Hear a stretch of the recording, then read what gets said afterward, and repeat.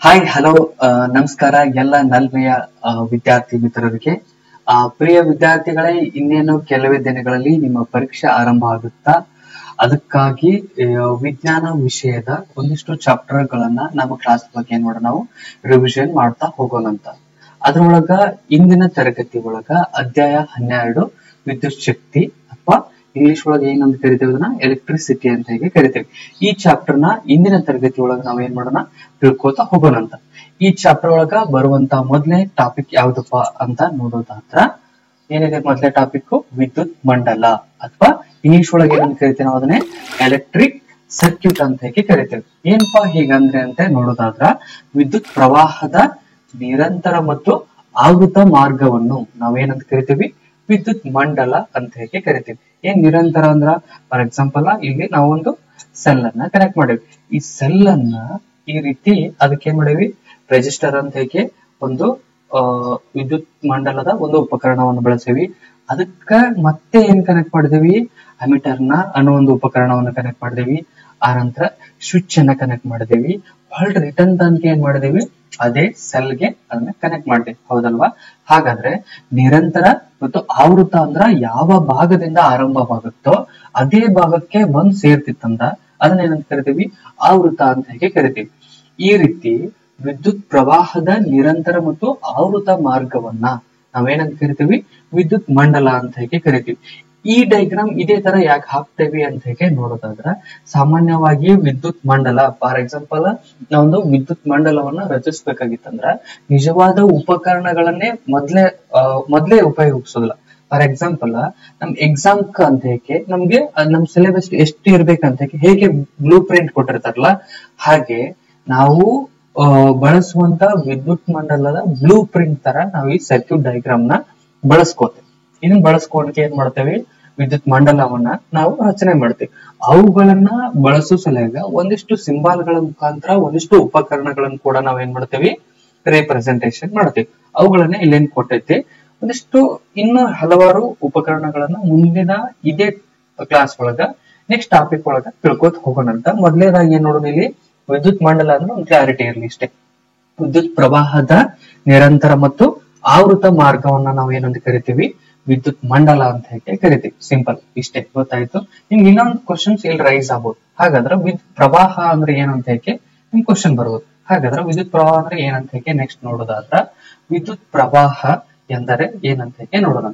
ವಿದ್ಯುತ್ ದಾವೇಶಗಳ ಪ್ರವಾಹದ ದರವನ್ನ ಏನು, ವಿದ್ಯುತ್ ದಾವೇಶಗಳ ಪ್ರವಾಹದ ದರವನ್ನ ನಾವು ಏನಂತ ಕರಿತೀವಿ, ವಿದ್ಯುತ್ ಪ್ರವಾಹ ಅಂತ ಹೇಗೆ ಕರಿತೀವಿ. ವಿದ್ಯುತ್ ದಾವೇಶಗಳಂದ್ರೆ ಏನು, ಚಾರ್ಜಸ್ ಅಂತ ಹೇಗೆ ಇಂಗ್ಲಿಷ್ ನಾಗ ಕರಿತೀವಿ, ಹೌದಾ?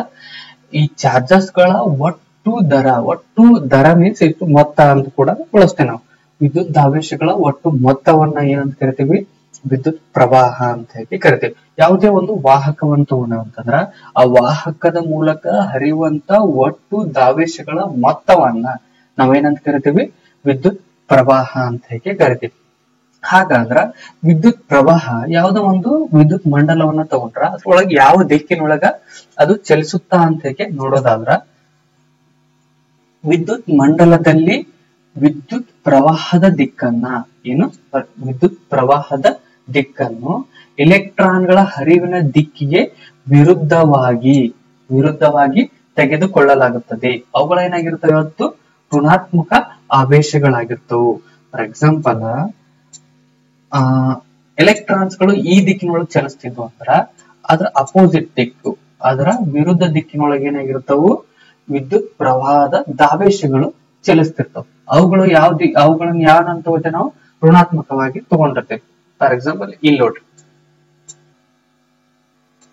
ಇದು ವಿದ್ಯುತ್ ಪ್ರವಾಹದ ಹರಿವಿನ ದಿಕ್ಕನ್ನ ಸೂಚಿಸಕತೈತಿ. ಇಷ್ಟು ಈ ರೀತಿ ಅದರ ಅಪೋಸಿಟ್ ಅನ್ನ ನಾವೇನ್ ಮಾಡ್ತೀವಿ, ಎಲೆಕ್ಟ್ರಾನ್ಸ್ ಗಳ ಹರಿವಿನ ದಿಕ್ಕಿನ ವಿರುದ್ಧವಾಗಿ ಏನ್ ಮಾಡ್ತೇವೆ, ವಿದ್ಯುತ್ ಪ್ರವಾಹ ದಿಕ್ಕನ್ನ ತೆಗೆದುಕೊಳ್ತೇವೆ. ಅವುಗಳೇನಾಗಿರ್ತವೆ, ಇವತ್ತು ಋಣಾತ್ಮಕ ಆವೇಶಗಳಾಗಿರ್ತಾವ ಅಂತ ಹೇಳಿ ಕರಿತೀವಿ. ವಿದ್ಯುತ್ ಪ್ರವಾಹ ಅಂದ್ರ ಡೆಫಿನಿಷನ್ ಗೊತ್ತಾಯ್ತು. ಇದನ್ನ ನಾವು ಸೂತ್ರದ ಸಹಾಯದಿಂದ ಕೂಡ ನಾವೇನ್ ಮಾಡ್ಬೋದು, ಸೂಚಿಸಬಹುದು. ಅದನ್ನ ಯಾವ ರೀತಿ ಅಂತ ಹೇಗೆ ನೋಡೋದಾದ್ರ, I = Q/T ಅಂತ ಹೇಗೆ ಕರಿತೀವಿ. ಏನು, I = Q/T. ಇದನ್ನೇ ಫಾರ್ಮುಲಾ ಒಂದ್ಸು ಕನ್ವರ್ಷನ್ಸ್ ಮಾಡಿದ್ರೆ ನಾವೇನಾಗುತ್ತೆ, Q equal to I into T ಕೂಡ ಆಗುತ್ತೆ ಇದು. ಹಾಗಾದ್ರ I ಅಂದ್ರೆ ಏನಪ್ಪಾ ಅಂತಂದ್ರ ವಿದ್ಯುತ್ ಪ್ರವಾಹ ಅಂತ ಹೇಳಿ ಕರಿತೀವಿ, ಅಥವಾ ಅದನ್ನ ಇಂಗ್ಲಿಷ್ ಒಳಗೆ ಏನಂತ ಕರಿತೀವಿ, ಕರೆಂಟ್ ಅಂತ ಹೇಳಿ ಬಳಸ್ತೀವಿ. ಅದೇ Q ಅಂದ್ರೆ ವಿದ್ಯುತ್ ದಾವೇಶ ಅಥವಾ ಚಾರ್ಜಸ್ ಅಂತ ಹೇಳಿ ಕರಿತೀವಿ. ಟಿ ಮೀನ್ಸ್ ಇಲ್ಲಿ ಏನಿಲ್ಲಿ ಕಾಲ, ಅಥವಾ ಇಂಗ್ಲಿಷ್ ಒಳಗೆ ಏನಂತ ಕರಿತೀವಿ ಅಂದ್ರೆ ಟೈಮ್ ಅಂತ ಕೂಡ ಬಳಸ್ತೀವಿ. ಸೂತ್ರ ಗೊತ್ತಾಯ್ತು ನಿಮ್ಗ, ವಿದ್ಯುತ್ ಪ್ರವಾಹದ ಸೂತ್ರ ಏನೈತಿ, I equal to Q by T ಗೊತ್ತಾಯ್ತು. ಅದೇ ನೆಕ್ಸ್ಟ್ ಇದೇ ಟಾಪಿಕ್ ನೆಕ್ಸ್ಟ್ ಕಾನ್ಸೆಪ್ಟ್ ಏನಪ್ಪಾ ಅಂತಂದ್ರ ಅವುಗಳ ಅಂತಾರಾಷ್ಟ್ರೀಯ ಏಕಮಾನಗಳ ಮುಖಾಂತರ ನಾವೇನ್ ಮಾಡ್ತೀವಿ, ಬಳಸ್ಕೊಂಡ್ಕೆ ಅವುಗಳನ್ನ ಅಳತೆಯನ್ನ ಮಾಪನ ಮಾಡ್ತೇವೆ. ಹಾಗಾದ್ರ ವಿದ್ಯುತ್ ಪ್ರವಾಹದ ಅಂತಾರಾಷ್ಟ್ರೀಯ ಏಕಮಾನ ಏನಪ್ಪಾ ಅಂತ ಹೇಳಿ ನೋಡೋದಾದ್ರ ಆಂಪಿಯರ್ ಅಂತ ಹೇಳಿ ಕರಿತೀವಿ ನಾವು. ಏನು ಆಂಪಿಯರ್ ಅಂತ ಹೇಳಿ ಕರಿತೀವಿ. ಅದೇ ತರ ವಿದ್ಯುತ್ ದಾವೇಶಗಳ ಅಂತಾರಾಷ್ಟ್ರೀಯ ಏಕಮಾನ ಕೂಲಂ, ಅದೇ ಕಾಲದ ಅಂತಾರಾಷ್ಟ್ರೀಯ ಏಕಮಾನ ಸೆಕೆಂಡ್ ಅಂತ ಹೇಳಿ ಕರಿತೀವಿ. ಇದಕ್ಕೂ ಕೂಡ ನಾವು ಸಿಂಬಾಲ್ಗಳ ಮುಖಾಂತರ ನಾವೇನ್ ಮಾಡ್ತೇವಿ, ಅಥವಾ ಚಿಹ್ನೆಗಳ ಮುಖಾಂತರ ಗುರುತಿಸ್ತಾ ಹೋಗ್ತೇವಿ. ಆಂಪಿಯರ್ ನ ಸಿಂಬಲ್ ಏನಾಗಿರ್ತೈತಿ, ಯಾವ್ದ್ರಿಂದ ಗುರುತಿಸ್ತೀವಿ ಅಂತ ಹೇಳಿ ನೋಡೋದಾದ್ರ ಕ್ಯಾಪಿಟಲ್ ಎ ಇಂದ ಗುರುತಿಸ್ತೀವಿ. ಅದೇ ತರ ಕೂಲಮ್ ಅನ್ನ ಸಿ ಇಂದ ಗುರುತಿಸ್ತೀವಿ. ಸೆಕೆಂಡ್ ಅನ್ನ ಏನ್ ಮಾಡ್ತೇವಿ, ಸ್ಮಾಲ್ ಎಸ್ ಇಂದ ಗುರುತಿಸ್ತೀವಿ. ಆಲ್ಮೋಸ್ಟ್ ಇವೆಲ್ಲ ಇಂಪಾರ್ಟೆಂಟ್ ಸ್ನೇಹಿತರೆ. ನಿಮ್ಗೆ ಆಲ್ಮೋಸ್ಟ್ ಮಲ್ಟಿಪಲ್ ಚಾಯ್ಸ್ ಅಥವಾ 1 ಮಾರ್ಕ್ಸ್ ಕ್ವಶನ್ಸ್ ಒಳಗ ಕೇಳುವಂತ ಚಾನ್ಸಸ್ ಬಹಳ ಇದೆ. ವಿದ್ಯುತ್ ಪ್ರವಾಹದ ಅಂತಾರಾಷ್ಟ್ರೀಯ ಏಕಮಾನ ಏನು, ವಿದ್ಯುತ್ ದಾವೇಶದ ಅಂತಾರಾಷ್ಟ್ರೀಯ ಏಕಮಾನ ಏನು, ಅಥವಾ ವಿದ್ಯುತ್ ಪ್ರವಾಹದ ಸೂತ್ರವನ್ನ ಬರೆಯಿರಿ, ಹೀಗೆ ಹಲವಾರು ಕ್ವಶನ್ಸ್ ಗಳನ್ನ ಕೇಳ್ತಾರೆ. ಅದೇ ತರ ನೆಕ್ಸ್ಟ್ ಇನ್ನೊಂದು ಕ್ವಶನ್ಸ್ ಕೂಡ ಕೇಳಬಹುದು. I equal to Q by T ಈ ಸೂತ್ರವನ್ನು ಬಳಸ್ಕೊಂಡ್ರೆ ಯಾವ್ದಾದ್ರು ಪ್ರಾಬ್ಲಮ್ಸ್ ಗಳನ್ನು ಕೂಡ ಕೊಡಬಹುದು. ನಿಮ್ಗೆ ಇನ್ನೊಂದು ಕ್ವಶನ್ ಬರ್ಬೋದು, ಯಾವುದೇ ಒಂದು ಅಳತೆಗೆ ಒಂದು ನಿರ್ದಿಷ್ಟ ಮಾನ ಇರುತ್ತೆ. ಅದೇ ತರ ಆಂಪಿಯರ್ ಕೂಡ ಅಥವಾ ಕೂಲಮ್ ಅನ್ನ ನಾವು ಎಷ್ಟು ಮಾನಗಳಲ್ಲಿ ತಿಳ್ಕೋಬೇಕು, ಎಷ್ಟು ಮಾನಗಳಲ್ಲಿ ಅಳಿತೇವಿ ಅಂತ ಹೇಳಿ ನೋಡೋದಾದ್ರ, ಫಾರ್ ಎಕ್ಸಾಂಪಲ್ 1 ಕೂಲಮ್ ಅಂದ್ರ ಎಷ್ಟು ಎಲೆಕ್ಟ್ರಾನ್ ಗಳಿಗೆ ಸಮ ಆಗಿರ್ತೈತೆ ಅಂತಂದ್ರ 6 ಇಂಟು 10⁻18 ಎಲೆಕ್ಟ್ರಾನ್ಸ್ ಗಳಿಗೆ ಏನಾಗಿರ್ತೈತೆ ಅಂದ್ರ 1 ಕೂಲಮ್ ಸಮ ಆಗಿರುತ್ತೆ. ಹಾಗಾದ್ರ ಒಂದು ಎಲೆಕ್ಟ್ರಾನ್ ಅಂದ್ರ ಎಷ್ಟು ಕೂಲಮ್ ಅಂತ ಹೇಳಿ ನೋಡೋದು ಆದ್ರೂ ಕೂಡ 1 ಎಲೆಕ್ಟ್ರಾನ್ಸ್ ಅಂದ್ರ 1.6 ಇಂಟು 10⁻19 ಕೂಲಮ್ ಗಳಿಗೆ ಸಮನಾಗಿರುತ್ತಾ ಅಂತ ಹೇಳಿ ಕರಿತೀವಿ. ಈ ವಿದ್ಯುತ್ ಪ್ರವಾಹಕ್ಕ ಅಂತಾರಾಷ್ಟ್ರೀಯ ಏಕಮಾನ ಆಂಪಿಯರ್ ಅಂತ ಯಾಕೆ ಕೊಟ್ರು ಅಂತಂದ್ರ, ಆಂಡ್ರೆ ಮೇರಿ ಆಂಪಿಯರ್ ಅವರು ವಿದ್ಯುತ್ ಪ್ರವಾಹದ ಅಳೆಯುವ ಉಪಕರಣವನ್ನ ಕಂಡುಹಿಡಿತಾರೆ. ಅವರ ನೆನಪಿಗಾಗಿ ಅವರ ಹೆಸರಿನಿಂದನೇ ಅವರ ವಿದ್ಯುತ್ ಪ್ರವಾಹದ ಅಂತಾರಾಷ್ಟ್ರೀಯ ಏಕಮಾನವನ್ನ ಆಂಪಿಯರ್ ಅಂತ ಹೇಳಿ ನಾವೇನ್ ಮಾಡ್ತೇವೆ, ಸೂಚಿಸ್ತೇವೆ. ಹಾಗಾದ್ರ ಆಂಪಿಯರ್ ಅಂತ ಹೇಳಿ ಬಳಸಿದೇವಲ್ಲ. ನೆಕ್ಸ್ಟ್ ಕಾನ್ಸೆಪ್ಟ್ ನೋಡ್ರಿ, ಇಲ್ಲಿ ವಿದ್ಯುತ್ ಮಂಡಲದಲ್ಲಿನ ವಿದ್ಯುತ್ ಪ್ರವಾಹದ ದರವನ್ನ ಅಳೆಯುವ ಮಾಪನ ಯಾವ್ದಪ್ಪ ಅಂದ್ರ ಆಮೀಟರ್ ಅಂತ ಹೇಳಿ ಕರಿತೀವಿ. ವಿದ್ಯುತ್ ಪ್ರವಾಹದ ಅಂತಾರಾಷ್ಟ್ರೀಯ ಏಕಮಾನ ಏನು, ಆಂಪಿಯರ್. ಆ ಆಂಪಿಯರ್ ನ ಅಳೆಯುವಂತ ಮಾಪನ ಏನಾಗಿತ್ತು ನಮ್ಗೆ, ಆಮೀಟರ್ ಅಂತ ಹೇಳಿ ಕರಿತೀವಿ. ಹೌದಾ, ವಿದ್ಯುತ್ ಪ್ರವಾಹನ ಅಳೆಯುವ ಮಾಪನ ಏನು, ಆಮೀಟರ್ ಅಂತ ಹೇಳಿ ಕರಿತೀವಿ. ಇದು ಸಿಂಪಲ್ ಆಗಿ ನಿಮ್ಗೆ ಗೊತ್ತಿರ್ಲಿ ಸ್ನೇಹಿತರೆ. ಹಾಗಾದ್ರ ಈ ಆಮೀಟರ್ ನ ಸಿಂಬಾಲಿಕಲಿ ಏನ್ ಜೋಡಿಸಿದೇವ ಅಂತಂದ್ರ ಇಲ್ಲಿದೆ ನೋಡ್ರಿ, ಎ ಇಂದ ಸೂಚಿಸಿದಲ್ಲ. ಇದೇನಂತಂದ್ರ ಚಿಹ್ನೆಯಿಂದ ಸೂಚಿಸಿದ್ರ ಏನ ಈ ರೀತಿ ಒಂದು ವೃತ್ತದೊಳಗ ಬರ್ದೇವ್ ಅಂತಂದ್ರ ಇದು ಏನಾಗಿರ್ತದೆ, ಆಮೀಟರ್ ನ ಚಿಹ್ನೆ ಅಂತ ನಿಮ್ಗ ಗೊತ್ತಾಗುತ್ತೆ. ಇದೇ ರೀತಿ ಚಿಹ್ನೆಗಳನ್ನ ಯಾಕೆ ಬಳಸ್ತೇವೆ ಅಂತಂದ್ರೆ ನಿಮ್ಗ ಕೂಡ ಗೊತ್ತಿರ್ಬೇಕಿದು.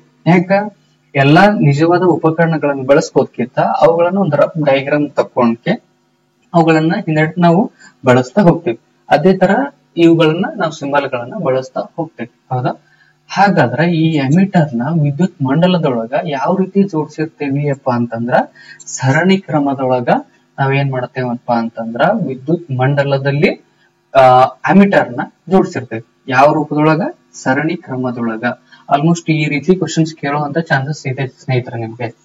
ಹಂಗ ವಿದ್ಯುತ್ ಮಂಡಲದಲ್ಲಿ ಅಮಿಟರ್ ಅನ್ನು ಸರಣಿ ಕ್ರಮದೊಳಗೆ ಜೋಡಿಸ್ತಾರೋ ಅಥವಾ ಸಮಾಂತರವಾಗಿ ಜೋಡಿಸಿರ್ತಾರೋ ಅಂತ ಹೇಳಿ ಕೇಳುವಂತ ಚಾನ್ಸಸ್ ಇದೆ. ಅದನ್ನ ಯಾವ ರೀತಿ ಜೋಡಿಸಿರುತ್ತೆ, ನಾವು ಸರಣಿ ಕ್ರಮದೊಳಗೆ ನಾವೇನ್ ಮಾಡ್ತೇವೆ, ಜೋಡಿಸ್ತೇವೆ ಅಂತ ಹೇಳಿ ನಿಮ್ಗೆ ಗೊತ್ತಿರ್ಬೇಕು. ನಮ್ಗ ವಿದ್ಯುತ್ ಪ್ರವಾಹದ ಸೂತ್ರ ಗೊತ್ತೈತಿ. ಹೌದಾ, ಹಾಗಾದ್ರೆ ಅದ್ರ ಮೇಲೆ ಒಂದು ಪ್ರಶ್ನೆಯನ್ನು ಕೂಡ ನೋಡ್ಬಿಡೋಣ. ಫಾರ್ ಎಕ್ಸಾಂಪಲ್, ವಿದ್ಯುತ್ ಬಲ್ಬ್ ನ ತಂತಿಯ ಮೂಲಕ 0.8 ಆಂಪಿಯರ್ ವಿದ್ಯುತ್ ಪ್ರವಾಹವು 5 ನಿಮಿಷಗಳ ಕಾಲ ಪ್ರವೇಶಿಸುತ್ತದೆ. ಆಗ ವಿದ್ಯುತ್ ಮಂಡಲದಲ್ಲಿ ಪ್ರವೇಶಿಸಿದ ವಿದ್ಯುತ್ ದಾವೇಶಗಳ ಪ್ರಮಾಣವನ್ನ ಕಂಡುಹಿಡಿಯಿರಿ. ಏನು, ವಿದ್ಯುತ್ ದಾವೇಶಗಳ ಪ್ರಮಾಣವನ್ನ ಕಂಡು ಹಿಡಿಯಿರಿ.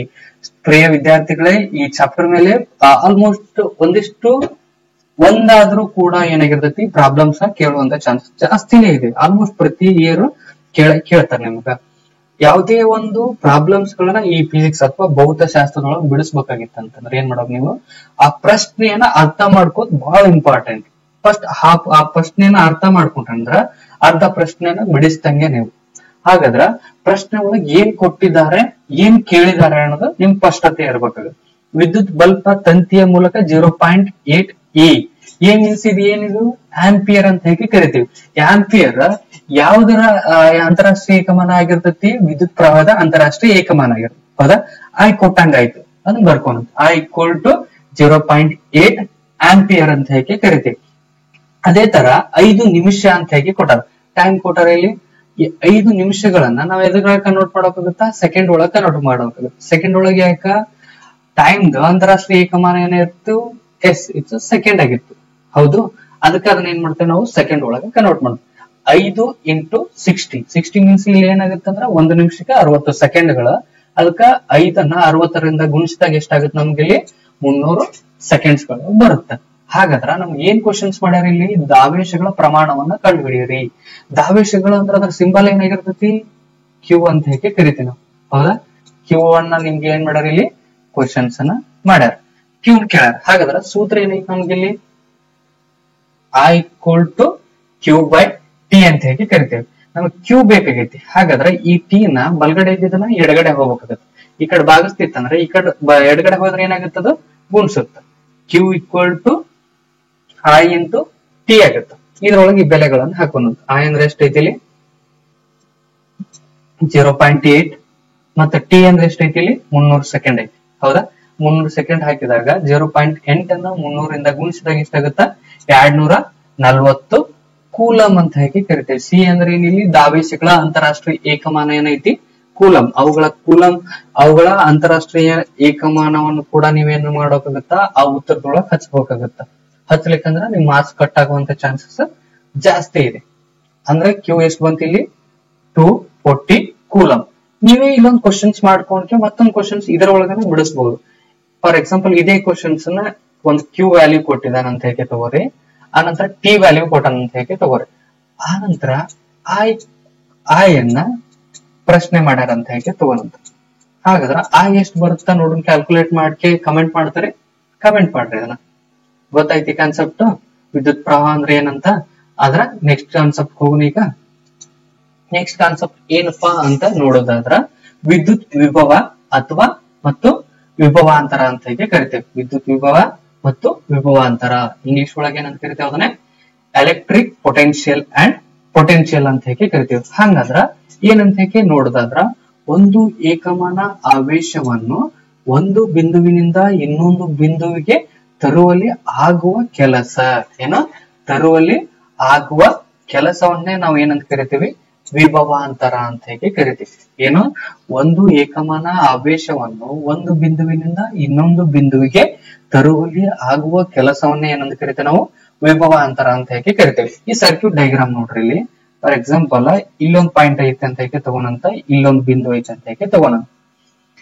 ಈ ಬಿಂದುವಿನಂತ ಒಂದ್ ಚಾರ್ಜಸ್ ಈ ಬಿಂದುವಿಗೆ ತರಬೇಕಾಗಿತ್ತಂದ್ರ ನಾವು ನಡೆಸುವಂತ ಕೆಲಸ ಅಥವಾ ಅದ್ರ ಮೇಲೆ ಹಾಕಿದಂತ ಎನರ್ಜಿಯನ್ನ ಆಗುವ ಕೆಲಸವನ್ನ ನಾವು ಏನಂತ ಕರಿತೇವೆ, ವಿಭವಾಂತರ ಅಂತ ಹೇಗೆ ಕರಿತೇವೆ. ಇಷ್ಟೇ, ಕ್ಲಿಯರ್? ಹಾಗಾದ್ರ ಇದನ್ನ ಸೂತ್ರದ ಸಹಾಯದಿಂದ ಬಿಡಿಸೋದಾದ್ರ ಯಾವ ರೀತಿ ಬಿಡಿಸ್ತೇವಪ್ಪ ಅಂತ ಬರಿತೇವೆ ಅಂತಂದ್ರ ವಿಭವಾಂತರ = ಕೆಲಸ / ಆವೇಶ ಅಂತ ಹೇಗೆ ಕರಿತೇವೆ. ಸಿಂಬಾಲಿಕಲಿ V = W / Q ಅಂತ ಹೇಗೆ ಕರಿತೇವೆ. ಕ್ಲಿಯರ್?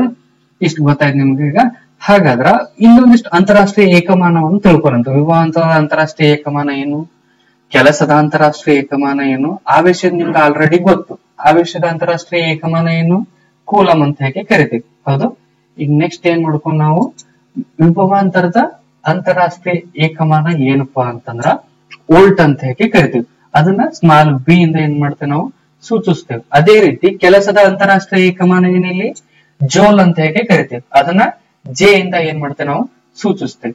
ವಿಭವಾಂತರವನ್ನ ವೋಲ್ಟ್ ಇಂದನ ಯಾಕೆ ಕರಿತೇವಪ್ಪ ಅಂತಂದ್ರ ಅಲೆಕ್ಸಾಂಡರ್ ವೋಲ್ಟ್ ರವರ ನೆನಪಿಗಾಗಿ ಏನ್ ಮಾಡ್ತೇವೆ ಇದನ್ನೇ ವೋಲ್ಟ್ ಅನ್ನ ಎಂಬ ಸಿಂಬಲ್ ಇಂದ ನಾವ್ ಏನ್ ಮಾಡ್ತೀವಿ ವಿಭವಾಂತರವನ್ನ ಅಂತಾರಾಷ್ಟ್ರೀಯ ಏಕಮಾನವನ್ನ ಕರಿತೀವಿ.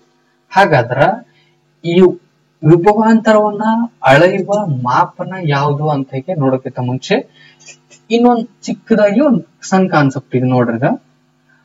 ಒಂದು ಕೂಲಂ ಆವೇಶವನ್ನು ಸೇಮ್ ಅದೇ ಡೆಫಿನಿಷನ್ ತಕ್ಕಂತಾನೆ ಇದ್ರ ಮೇಲಿನ ಕ್ವಶನ್ಸ್ ಬರುವಂತ ಚಾನ್ಸಸ್ ಇದೆ ಸ್ನೇಹಿತರೆ. ಒಂದು ಕೂಲಂ ಆವೇಶವನ್ನು ಒಂದು ಬಿಂದುವಿನಿಂದ ಇನ್ನೊಂದು ಬಿಂದುವಿಗೆ ತರುವಲ್ಲಿ ಒಂದು ಜೂಲ್ ಕೆಲಸ ನಡೆದರೆ ಆ ಎರಡು ಬಿಂದುಗಳ ನಡುವಿನ ವಿಭವಾಂತರ 1 ವೋಲ್ಟ್ ಆಗಿರುತ್ತದೆ. ಏನು? 1 ವೋಲ್ಟ್ ಆಗಿರುತ್ತದೆ. ಸಿಂಪಲ್. ಯಾವುದೇ ಫಾರ್ ಎಕ್ಸಾಂಪಲ್ ಈ ಬಿಂದುವಿನಿಂದ ಈ ಬಿಂದುವಿಗೆ ಒಂದು ಕೂಲಂ ಮೀನ್ಸ್ ಇಲ್ಲಿ ಏನು, ಒಂದು ಚಾರ್ಜಸ್ ಅನ್ನ ಕಳಿಸ್ಬೇಕಾಗಿತ್ತಂದ್ರ ಅದ್ರ ಮೇಲೆ ನಡೆಯುವಂತ ಹಾಕುವಂತ ಎನರ್ಜಿ ಏನಾಗಿರ್ತೈತಿ 1 ಜೂಲ್ ಆಗಿರ್ತೈತಿ. ಹಾಗಾದ್ರ ಈ ತಂತಿಯ ನಡುವಿನ ಎರಡು ಬಿಂದುಗಳ ನಡುವಿನ ವಿಭವಾಂತರ ಏನಾಗಿರುತ್ತೆ 1 ವೋಲ್ಟ್ ಆಗಿರುತ್ತ ಅಂತ ಹೇಗೆ ಕರಿತೀವಿ ನಾವು. ಆನಂತರ ನೆಕ್ಸ್ಟ್ ಒಂದು ಟಾಪಿಕ್ ನೋಡೋದಾದ್ರ ವಿಭವಾಂತರವನ್ನು ಅಳೆಯುವ ಉಪಕರಣವನ್ನು ಏನಂತ ಕರಿತೀವಿ ನಾವು ವೋಲ್ಟ್ ಮೀಟರ್. ವಿಭವಾಂತರದ ಅಂತಾರಾಷ್ಟ್ರೀಯ ಏಕಮಾನ ಏನೈತಿ ವೋಲ್ಟ್, ಅದನ್ನ ಅಳೆಯುವ ಮಾಪನ ವೋಲ್ಟ್ ಮೀಟರ್ ಅಂತ ಹೇಗೆ ಕರಿತೀವಿ.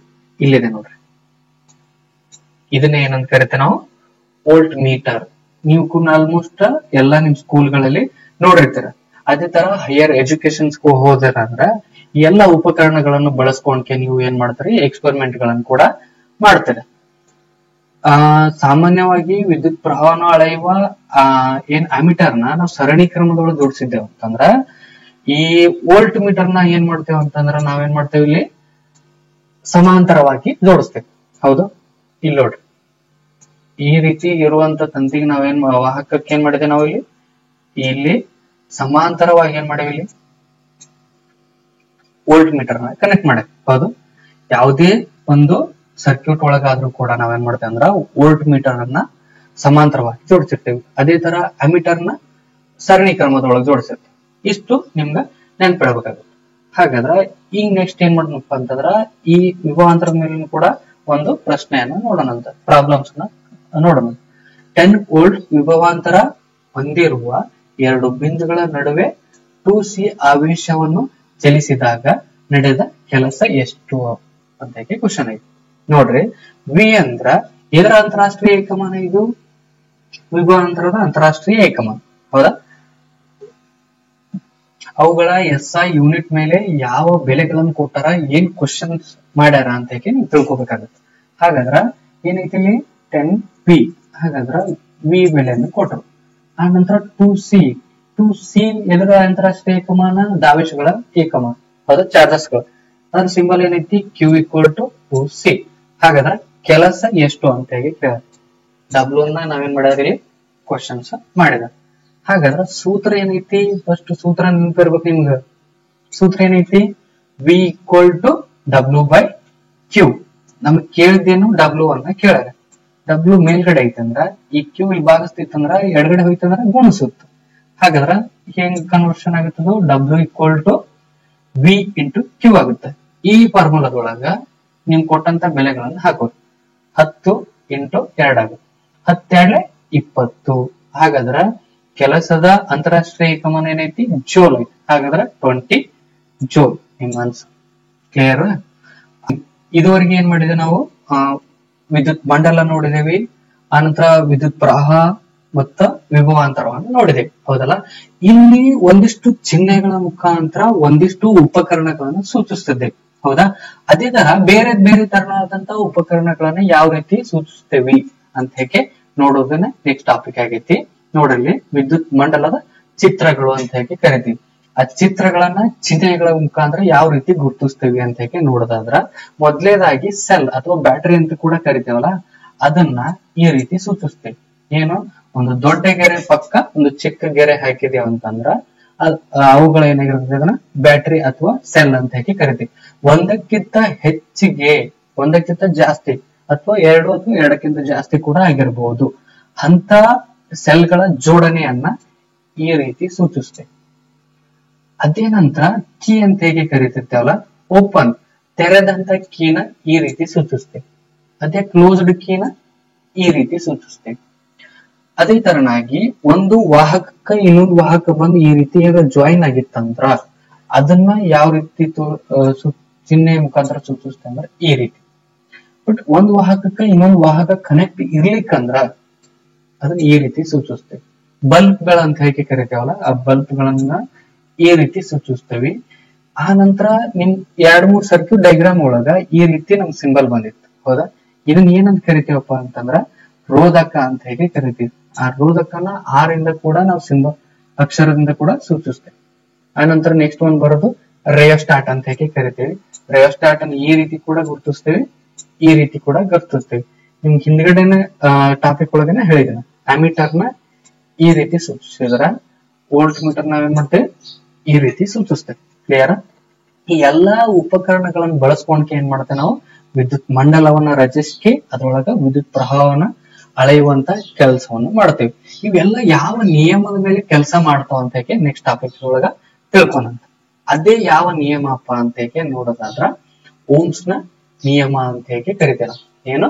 ಓಮ್ಸ್ ನ ನಿಯಮ, ಓಮ್ಸ್ ಲಾ ಅಂತ ಕೂಡ ಕರಿತೀವಿ. ಏನ್ ಓಮ್ಸ್ ಲಾ ಅಂತ ಹೇಗೆ ನೋಡೋದಾದ್ರ ಸ್ಥಿರವಾದ ತಾಪಮಾನದಲ್ಲಿ ವಿದ್ಯುತ್ ಮಂಡಲದಲ್ಲಿನ ಲೋಹದ ತಂತಿಯ ನಡುವಿನ ವಿಭವಾಂತರವು ವಿಯು ಅದರ ಮೂಲಕ ಹರಿಯುವ ವಿದ್ಯುತ್ ಪ್ರವಾಹಕ್ಕೆ ಏನಾಗಿರುತ್ತೆ ನೇರ ಅನುಪಾತದಲ್ಲಿರುತ್ತದೆ. ಇದನ್ನ ಏನಂತ ಕರಿತೇವೆ ನಾವು ಓಮ್ಸ್ ನ ನಿಯಮ ಅಂತ ಹೇಗೆ ಕರಿತೇವೆ. ಇಲ್ಲೊಂದು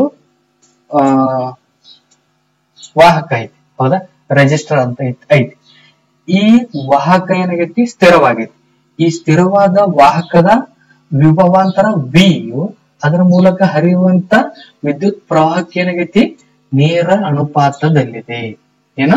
ನೇರ ಅನುಪಾತದಲ್ಲಿದೆ. ವಿ ಏನಾಗೈತಿ ಇಲ್ಲಿ ಐಗೆ ನೇರ ಅನುಪಾತದಲ್ಲಿದೆ. ಹಾಗಾದ್ರ ಸ್ಥಿರವಾಗಿದ್ದಿಲ್ಲ ಯಾವುದಿಲ್ಲಿ ರೆಜಿಸ್ಟರ್ ಅಥವಾ ತಾಪಮಾನ ಸ್ಥಿರವಾಗಿದೆ, ಹೌದಾ? ಅದ್ರ ತಕ್ಕಂತೆ ಬರ್ಕೊಂಡಾಗ ಈ ವಿ ರೈಟ್ ಸೈಡ್ ಇದ್ದೇನಾಗುತ್ತಾ ಲೆಫ್ಟ್ ಸೈಡ್ ಹೋಗುತ್ತಾ, ಅವಾಗ ವಿ ಬೈ ಐ ಆಗುತ್ತಾ. ರೈಟ್ ಸೈಡ್ ಏನಾಗಿರ್ತೈತಿ ಸ್ಥಿರಾಂಕ ಅಂತ ಹೇಗೆ ಬರ್ಕೋತೇವೆ. ಆ ಸ್ಥಿರಾಂಕನ ಸಿಂಬಾಲಿಕಲಿ ಅಕ್ಷರ ರೂಪದೊಳಗೆ ಬರೆದಾಗ ಆರ್ ಎಂಬ ಅಕ್ಷರದಿಂದ ನಾವೇನ್ ಮಾಡ್ತೇವೆ ಸೂಚಿಸ್ತೇವೆ, ಹೌದಾ? ಇದನ್ನ ಏನಂತ ಈಗ V by I equal to R ಆಯ್ತು. ಇದನ್ನ ಇನ್ನೊಂಚೂರು ಬೇರೆ ತರ ಬರ್ಕೊಂಡಾಗ ಏನಾಗುತ್ತ ಈ ಐ ಇದನ್ನ ಈ ಸೈಡ್ ತಂದ್ರ V equal to I R ಆಗುತ್ತೆ. ಇದೇ ಏನಾಗೈತಪ್ಪ ಅಂತಂದ್ರ ಓಮ್ಸ್ ನ ನಿಯಮ ಅಂತ ಹೇಗೆ ಕರಿತೀವಿ. V equal to I R. ನಿಮ್ಗ ನೆನ್ಪಿಟ್ಕೋಕ್ ಕಷ್ಟ ಆಗ್ತಿತ್ತಂತಂದ್ರ ಇಲ್ಲಿ ಒಂದು ಡಯಾಗ್ರಾಮ್ ನೋಡ್ರಿ, ಓಮ್ಸ್ ಲಾ, ಹೌದಾ? ಫಾರ್ ಎಕ್ಸಾಂಪಲ್ ಒಂದಿಷ್ಟು ಈ ಫಾರ್ಮುಲಾ ಮೇಲೆ ಹಲವಾರು ಬಹಳ ಸಲ ಪ್ರಾಬ್ಲಮ್ಸ್ ಗಳನ್ನ ಕೇಳುವಂತ ಚಾನ್ಸಸ್ ಹಿಂದೆ ಕೇಳಿದಾರ, ಮುಂದೆ ಕೇಳುವಂತ ಚಾನ್ಸಸ್ ಕೂಡ ಜಾಸ್ತಿ ಇದೆ ನಿಮ್ಗ, ಹೌದು? ವಿ ಬೇಕಾಗಿತ್ತಂತಂದ್ರ ಫಾರ್ ಎಕ್ಸಾಂಪಲ್ ನಾವು ವಿ ಕಂಡು ಹಿಡಿಬೇಕಾಗಿತ್ತಪ್ಪ. ವಿ ಕಂಡು ಹಿಡಿಬೇಕಾಗಿತ್ತಂತಂದ್ರ ಈ ರೀತಿ ಐ ಇಂಟು ಆರ್ ಆಗ ಈ ಡಯಾಗ್ರಾಮ್ ನೆನ್ಪಿಟ್ಕೊಂಡ್ಬಿಟ್ರಿ ನೀವು. ಒಂದು ತ್ರಿಭುಜ ಹಾಕೋರಿ, ತ್ರಿಭುಜದ ಮೇಲ್ಗಡೆ ಏನಾಗಿರ್ತೈತಿ ವಿ ಇರುತ್ತ, ಎಡಗಡೆ ಆ ಇರುತ್ತ ಅನ್ಕೋರಿ, ಬಲ್ಗಡೆ ಏನಾಗಿರ್ತೈತಿ ಆರ್ ಇರುತ್ತ ಅಂತ ಹೇಳಿ ತಿಳ್ಕೊರಿ. ವಿ ಕಂಡು ಹಿಡಿಬೇಕಾಗಿತ್ತಂದ್ರ ಕೆಳಗಡೆ ಅವುಗಳನ್ನ ಎರಡು ಇಂಟು ಮಾಡು. ಆ ನಂತರ ಬೈ ಚಾನ್ಸ್ ಐ ಕಂಡು ಹಿಡಿಬೇಕಾಗಿತ್ತಂತಂದ್ರ ಸಿಂಪಲ್ ಈ ರೀತಿ ಪಿ ಬೈ ಆರ್ ಅಂತ ಹೇಳಿ ತಿಳ್ಕೊರಿ. ಅದೇ ರೀತಿ ಆರ್ ಬೇಕಾಗಿತ್ತಂತಂದ್ರೆ ಏನ್ ಮಾಡ್ಕೋತೀರಿ ನೀವು ವಿ ಬೈ ಐ ಅಂತ ಹೇಳಿ ನೆನ್ಪಿಟ್ಕೊಂಡ್ರ ಸಾಕಾಗುತ್ತೆ ನೀವು. ಕ್ಲಿಯರ್? ಈ ಓಮ್ಸ್ ಲಾ ನ ಡೆಫಿನಿಷನ್ಸ್ ಗೊತ್ತಾಯ್ತು ನಿಮ್ಗ. ಇದನ್ನ ಒಂದು ಎಕ್ಸ್ಪೆರಿಮೆಂಟ್ ಮುಖಾಂತರ ಮಾಡ್ತಾ ನೋಡೋಣ ಅಂತ, ಹೌದಾ? ಸಿಂಪಲ್ ಇಲ್ಲಿ ಏನ್ ಮಾಡಿದೀವಿ, ಒಂದು ಸ್ಥಿರವಾಗಿದೆ, ಹೌದಾ? ರೆಸಿಸ್ಟೆನ್ಸ್ ಸ್ಥಿರವಾಗಿದೆ. ಅದ್ರ ಮೂಲಕ ಹರಿಯುವಂತ ವಿದ್ಯುತ್ ಪ್ರವಾಹಕ್ಕೆ ಏನಾಗೈತಿ, ವಿದ್ಯುತ್ ಪ್ರವಾಹಕ್ಕ ಅದರ ವಿಭವಾಂತರ ಏನಾಗೈತಿ ನೇರ ಅನುಪಾತದೊಳಗೆ ಐತಿ ಅಂತ ಹೇಗೆ ಒಂದು ಎಕ್ಸ್ಪೆರಿಮೆಂಟ್ ಮುಖಾಂತರ ಮಾಡೋಣ ಅಂತ ಇಲ್ಲಿ ಒಂದಿಷ್ಟು ಡಾಟಾವನ್ನು ಕೊಟ್ಟಿನಿ. ನಾನು ಒಂದು ಸರ್ಕ್ಯೂಟ್ ಡಯಾಗ್ರಾಮ್ ಹಾಕೊಂಡಿನಿ.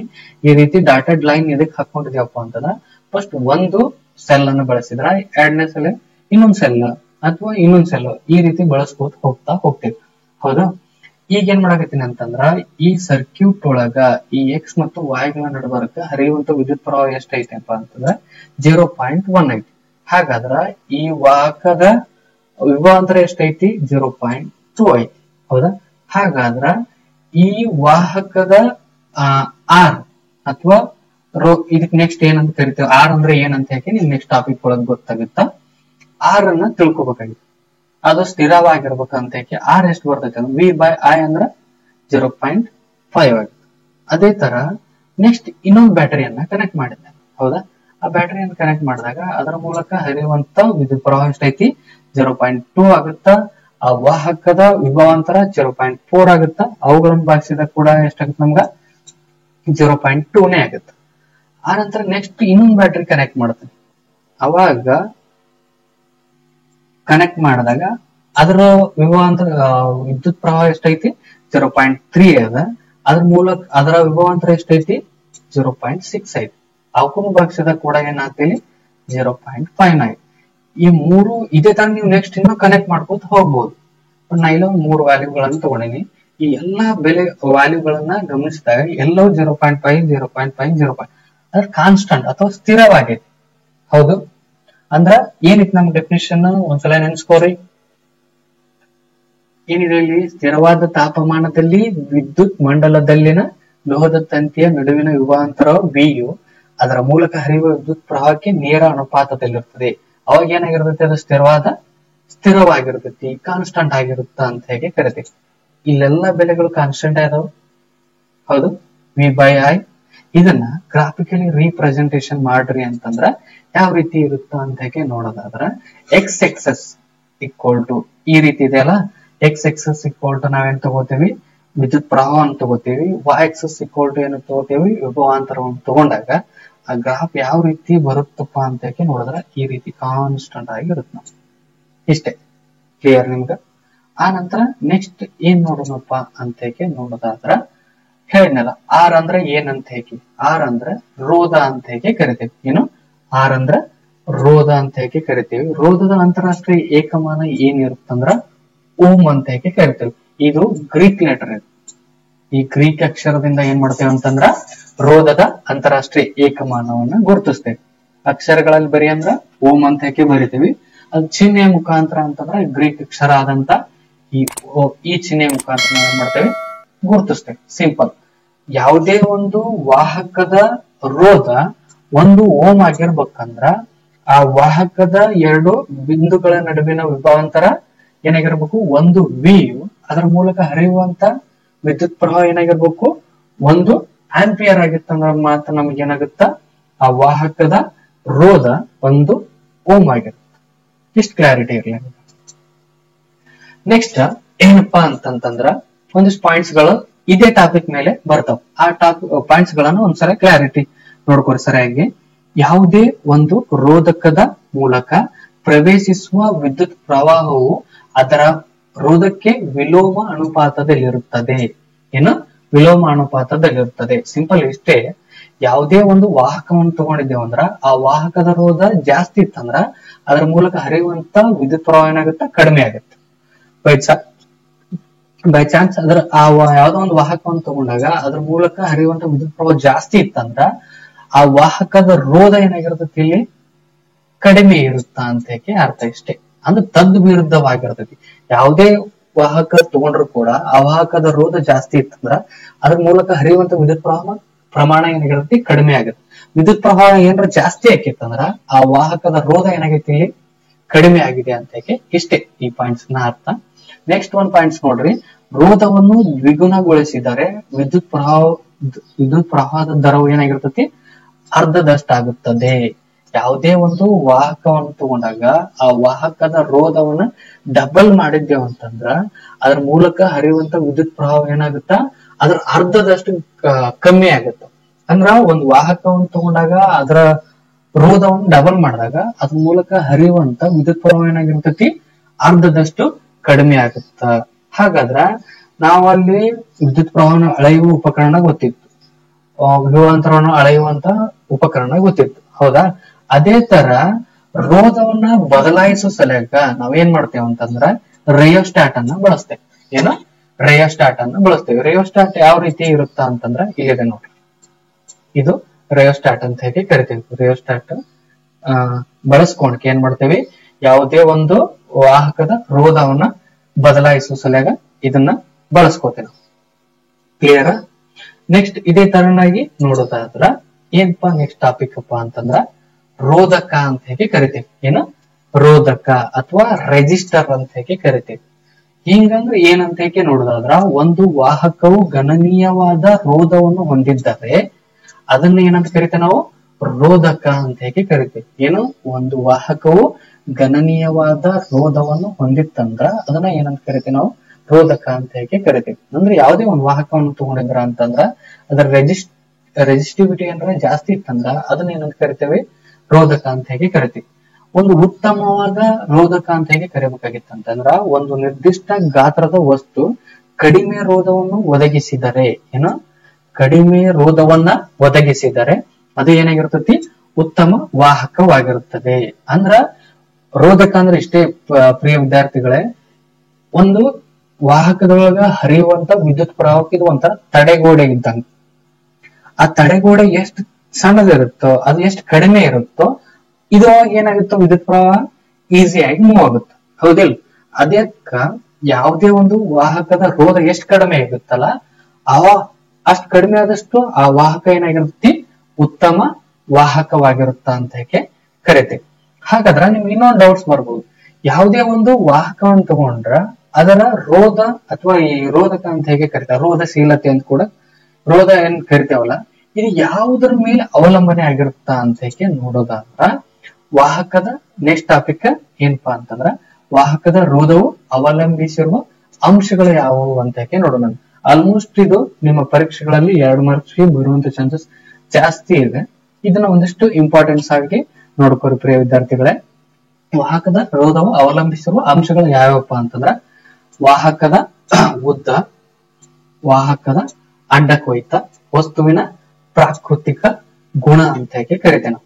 ಸಿಂಪಲ್, ಯಾವುದೇ ಒಂದು ವಾಹಕವನ್ನು ತಗೊಂಡಿದ್ದೇವೆ ಅಂದ್ರ ಆ ವಾಹಕದ ಉದ್ದ ಆಗಿರ್ಬೋದು, ವಾಹಕದ ಅಡ್ಡ ಕೊಯ್ತ, ಆ ವಾಹಕದ ಪ್ರಾಕೃತಿಕ ಗುಣ ಅಂತ ಹೇಗೆ ತಗೋತೀವಿ. ಫಾರ್ ಎಕ್ಸಾಂಪಲ್ ಈ ಪೆನ್ ನಾ ಏನ್ ಮಾಡಕತ್ತೀನಿ ಇಲ್ಲಿ ಒಂದು ವಾಹಕ ಅಂತ ಹೇಗೆ ತಗೊಂಡಿದ್ದ ಈ ವಾಹಕದ ಉದ್ದ ಮತ್ತು ಈ ವಾಹಕದ ಅಡ್ಡ ಕೊಯ್ತ ಅಂದ್ರೆ ಇದು ಎಷ್ಟು ದಪ್ಪ ಇದೆ ಅಂತ ಹೇಗೆ ಅದು ಆಗಿರ್ಬೋದು. ಮತ್ತೆ ಈ ವಸ್ತು ಯಾವುದು, ಯಾವ ವಾಹಕ, ಫಾರ್ ಎಕ್ಸಾಂಪಲ್ ಕಬ್ಬಿಣ ಅಂತ ಇರುತ್ತ, ತಾಮ್ರ, ಬೆಳ್ಳಿ, ಚಿನ್ನ, ಇವೆಲ್ಲ ಲೋಹಗಳ ತಾನೆ. ಈ ರೀತಿ ಬೇರೆ ಬೇರೆ ಯಾವ ಗುಣವನ್ನು ಹೊಂದಿರುತ್ತೆ, ಇದು ಲೋಹನ, ಚಿನ್ನನು, ಕಬ್ಬಿಣನು, ತಾಮ್ರನು, ಅಲ್ಯೂಮಿನಿಯಂನು ಅಂತ ಹೇಗೆ ನೋಡೋದು. ಇಷ್ಟೇ ಸಿಂಪಲ್. ಹಾಗಾದ್ರೆ ಇವು ಎಲ್ಲಾ ಅಂಶಗಳು ಯಾವ್ಯಾವ ರೀತಿ ರೋಧಕ ನೇರವಾಗಿರುತ್ತಾವ ಅಂತ ಹೇಗೆ ನೋಡೋದಾದ್ರೆ ಇಲ್ಲೊಂದು ಕೆಳಗಡೆ ಈ ಚಿತ್ರ ಐತಲ್ಲ, ಈ ಚಿತ್ರವನ್ನು ಗಮನಿಸ್ರಿ. ಈ ಚಿತ್ರದೊಳಗಿರೋದು ಒಂದು ವಾಹಕ ಆಗೈತಿ ಅಥವಾ ಒಂದು ಲೋಹ ಅಥವಾ ಮೆಟಲ್ ಅಂತ ಕೂಡ ಕರಿತೀವಿ. ಒಂದು ಮೆಟಲ್ ಅನ್ನ ತಗೊಂಡಿನಿ. ಈ ವಾಹಕದ ಉದ್ದ ಅದರ ರೋಧಕ್ಕೆ ಏನಾಗಿರ್ತೈತಿ ನೇರ ಅನುಪಾತದೊಳಗಿರುತ್ತೆ. ಏನಾಗಿರ್ತೈತಿ ನೇರ ಅನುಪಾತದಲ್ಲಿ ಇರುತ್ತದೆ. ಅದೇ ತರ ವಾಹಕದ ಅಡ್ಡ ಕೊಯ್ತ ಇಲ್ಲಿದೆ ಅಲ್ಲ, ಈ ವಿಡ್ತ್ ಅಂತ ಹೇಗೆ ಕರಿತೇವೆ ಅಥವಾ ದಪ್ಪ ಅಂತ ಹೇಗೆ ಕರಿತೇವಲ್ಲ, ಅದು ಏನಾಗಿರ್ತೈತಿ ಆ ವಾಹಕದ ಅಡ್ಡ ಕೊಯ್ತಕ್ಕ ವಿಲೋಮಾನುಪಾತದಲ್ಲಿ ಇರುತ್ತದೆ. ಅಂದ್ರ ಇನ್ವರ್ಸ್ಲಿ ಪ್ರಪೋರ್ಷನಲ್ ಟು ಅಂತ ಹೇಗೆ ಕರಿತೇವೆ. ಅದು 1/a ಅಂತ ಹೇಗೆ ಕರಿತೇವೆ. 1/a ಅಂತ ಹೇಗೆ ಕರಿತೇವೆ. ಆ ನಂತರ ಆ ವಸ್ತು ಯಾವುದು ಅದನ್ನ ಏನಂತ ಕರಿತೇವೆ ನಾವು ರೆಜಿಸ್ಟಿವಿಟಿ ಅಂತ ಹೇಗೆ ಕರಿತೇವೆ. ಅದನ್ನ ಈ ರೀತಿ ಸಿಂಬಲ್ ಇಂದ ಗುರುತಿಸ್ತೇವೆ. ಹಾಗಾದ್ರ ಈ ಸಿಂಬಲ್ ಏನಂತ ಕರಿತೇವೆ ಅಂತ ಹೇಗೆ ನೋಡೋಕ್ಕಿಂತ ಮುಂಚೆ ನಾ ಅದನ್ನ ಪದಗಳಲ್ಲಿ ಹೇಳಿದ್ನೆ. ಸಿಂಬಾಲಿಕಲಿ ಯಾವ ರೀತಿ ಹೇಳ್ತೇವೆ, R is directly proportional to I, R is directly inversely proportional to 1/a ಅಂತ ಹೇಗೆ ಕರಿತೇವೆ. R equal to rho L/a ಅಂತ ಹೇಗೆ ಕರಿತೇವೆ. ಹಾಗಾದ್ರ ಈ ಸಿಂಬಲ್ ಏನಂತ ಕರಿತೇವೆ ನಾವಿಲ್ಲಿ ರೋ ಅಂತ ಹೇಗೆ ಕರಿತೀವಿ. ಈ ರೋ ಅನ್ನೋದು ಏನಾಗಿರ್ತೈತಿ ಅನುಪಾತದ ಸ್ಥಿರಾಂಕವಾಗಿರುತ್ತದೆ. ಏನಾಗಿರ್ತೈತಿ ಅನುಪಾತದ ಸ್ಥಿರಾಂಕವಾಗಿರುತ್ತದೆ. ನೆಕ್ಸ್ಟ್ ಪಾಯಿಂಟ್ ನೋಡ್ರಿ, ಇದನ್ನು ವಾಹಕ ವಸ್ತುವಿನ ವಿದ್ಯುತ್ ರೋಧಶೀಲತೆ ಅಂತ ಹೇಗೆ ಕರಿತೀವಿ. ಯಾವುದೇ ಒಂದು ವಾಹಕದ ರೋಧಶೀಲತೆ ಅಂತ ಹೇಗೆ ಕರಿತೀವಿ. ಅದನ್ನ ಯಾವ್ದ್ರಿಂದ ಸೂಚಿಸ್ತೀವಿ, ಇಲ್ಲಿದೆ ನೋಡ್ರಿ ರೋ. ಈ ಗ್ರೀಕ್ ಅಕ್ಷರ ಇದು ಕೂಡ ಇದನ್ನ ಏನಂತ ಕರಿತೀವಿ ರೋ ಅಂತ ಹೇಗೆ ಕರಿತೀವಿ. ಅದನ್ನ ವಿದ್ಯುತ್ ರೋಧಶೀಲತೆ ಅಂತ ಕೂಡ ಕರಿತೀವಿ. ಗೊತ್ತಾಯ್ತು? ಹಾಗಾದ್ರ ರೋಧಶೀಲತೆಯ ಅಂತಾರಾಷ್ಟ್ರೀಯ ಏಕಮಾನ ಏನಪ್ಪಾ ಅಂತ ನೋಡೋದಾದ್ರ ಓಮ್ ಮೀಟರ್ ಅಂತ ಕರಿತೇವೆ. ಏನು ಓಮ್ ಮೀಟರ್ ಇದರದ ರೋಧಶೀಲತೆಯ ಅಂತಾರಾಷ್ಟ್ರೀಯ ಏಕಮಾನ. ಹಾಗಾದ್ರ ಒಂದಿಷ್ಟು ವಸ್ತುಗಳ ರೋಧಶೀಲತೆ ಎಷ್ಟರಿಂದ ಎಲ್ಲಿವರೆಗೆ ಅದರ ಪ್ರಮಾಣವನ್ನು ಹೊಂದಿರುತ್ತಾ ಅಂತ ನೋಡೋದಾದ್ರ ಲೋಹಗಳು ಮತ್ತು ಮಿಶ್ರ ಲೋಹಗಳ ರೋಧಶೀಲತೆ ಎಷ್ಟಿರುತ್ತಾ 10⁻⁸ ಓಮ್ ಮೀಟರ್ ಇಂದ 10⁻⁶ ಓಮ್ ಮೀಟರ್ ವರೆಗೂ ಇರುತ್ತೆ. ಯಾವ್ದ್ರದ್ದು ಇದು? ಲೋಹಗಳು ಮತ್ತು ಮಿಶ್ರ ಲೋಹಗಳ ರೋಧಶೀಲತೆ. ಅದೇ ತರ ರಬ್ಬರ್, ಗ್ಲಾಸ್ ನಂತಹ ಅವಾಹಕಗಳು, ಮೆಟಲ್ಸ್, ಇವ್ ನಾನ್ ಮೆಟಲ್ಸ್, ಹೌದಾ? ಇಂತ ರಬ್ಬರ್, ಗ್ಲಾಸ್, ಅವಾಹಕಗಳ ರೋಧಶೀಲತೆ ಎಷ್ಟಿರುತ್ತ 10⁻12 ಓಮ್ ಮೀಟರ್ ಇಂದ 10⁻17 ಓಮ್ ಮೀಟರ್ ವರೆಗೂ ಇರುತ್ತೆ. ಇದು ಇದರದ್ದು ಅವಾಹಕಗಳ ರೋಧಶೀಲತೆ ಅಂತ ಹೇಗೆ ಕರಿತೀವಿ.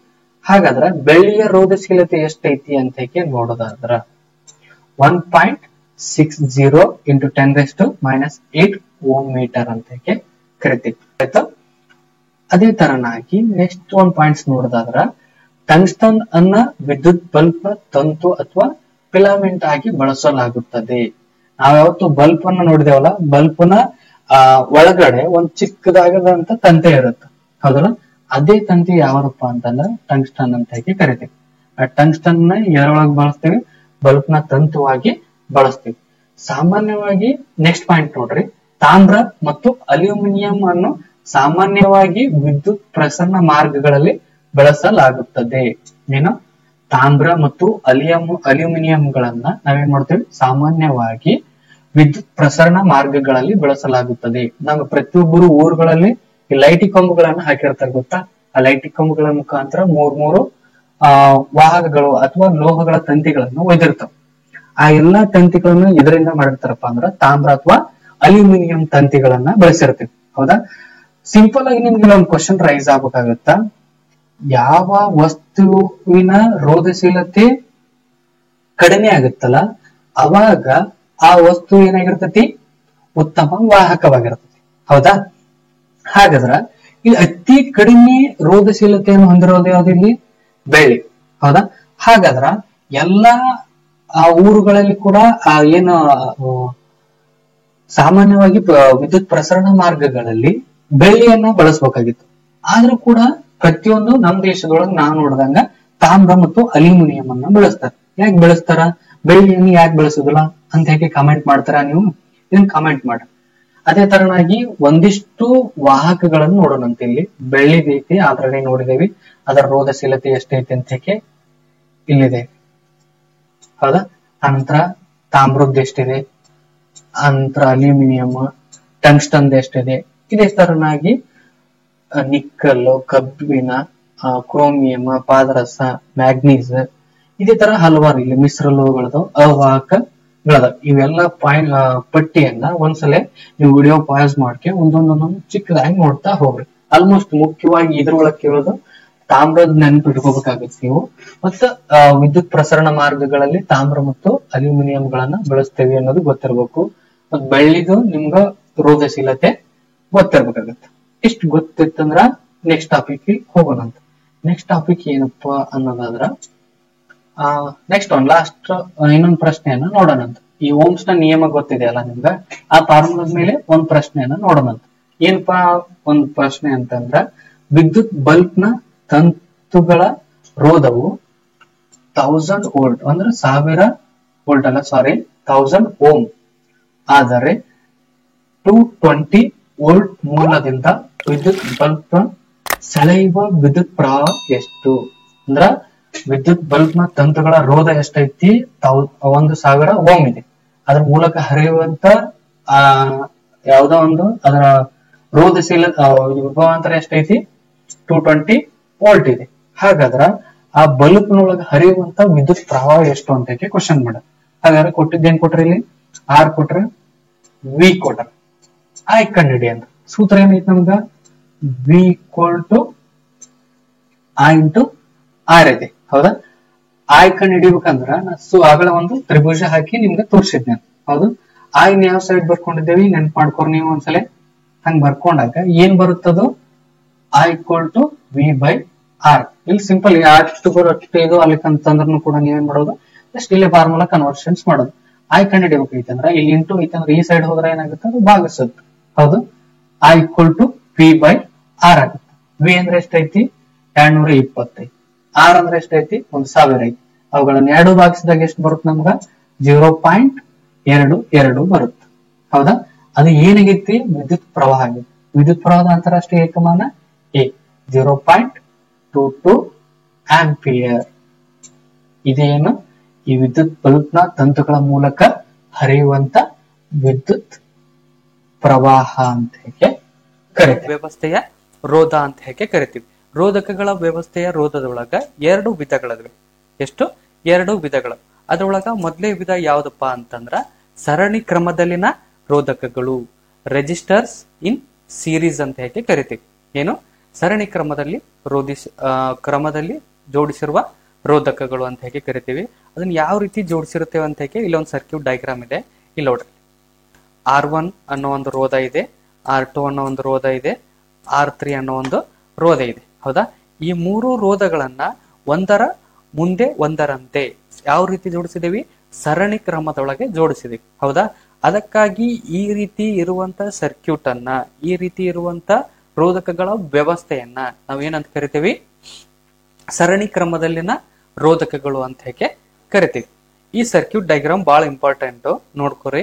ಅದೇ ತರ ನೆಕ್ಸ್ಟ್ ಒನ್ ನೋಡೋದಾದ್ರ ಸಮಾಂತರವಾಗಿ ಇರುವ ರೋಧಕಗಳು.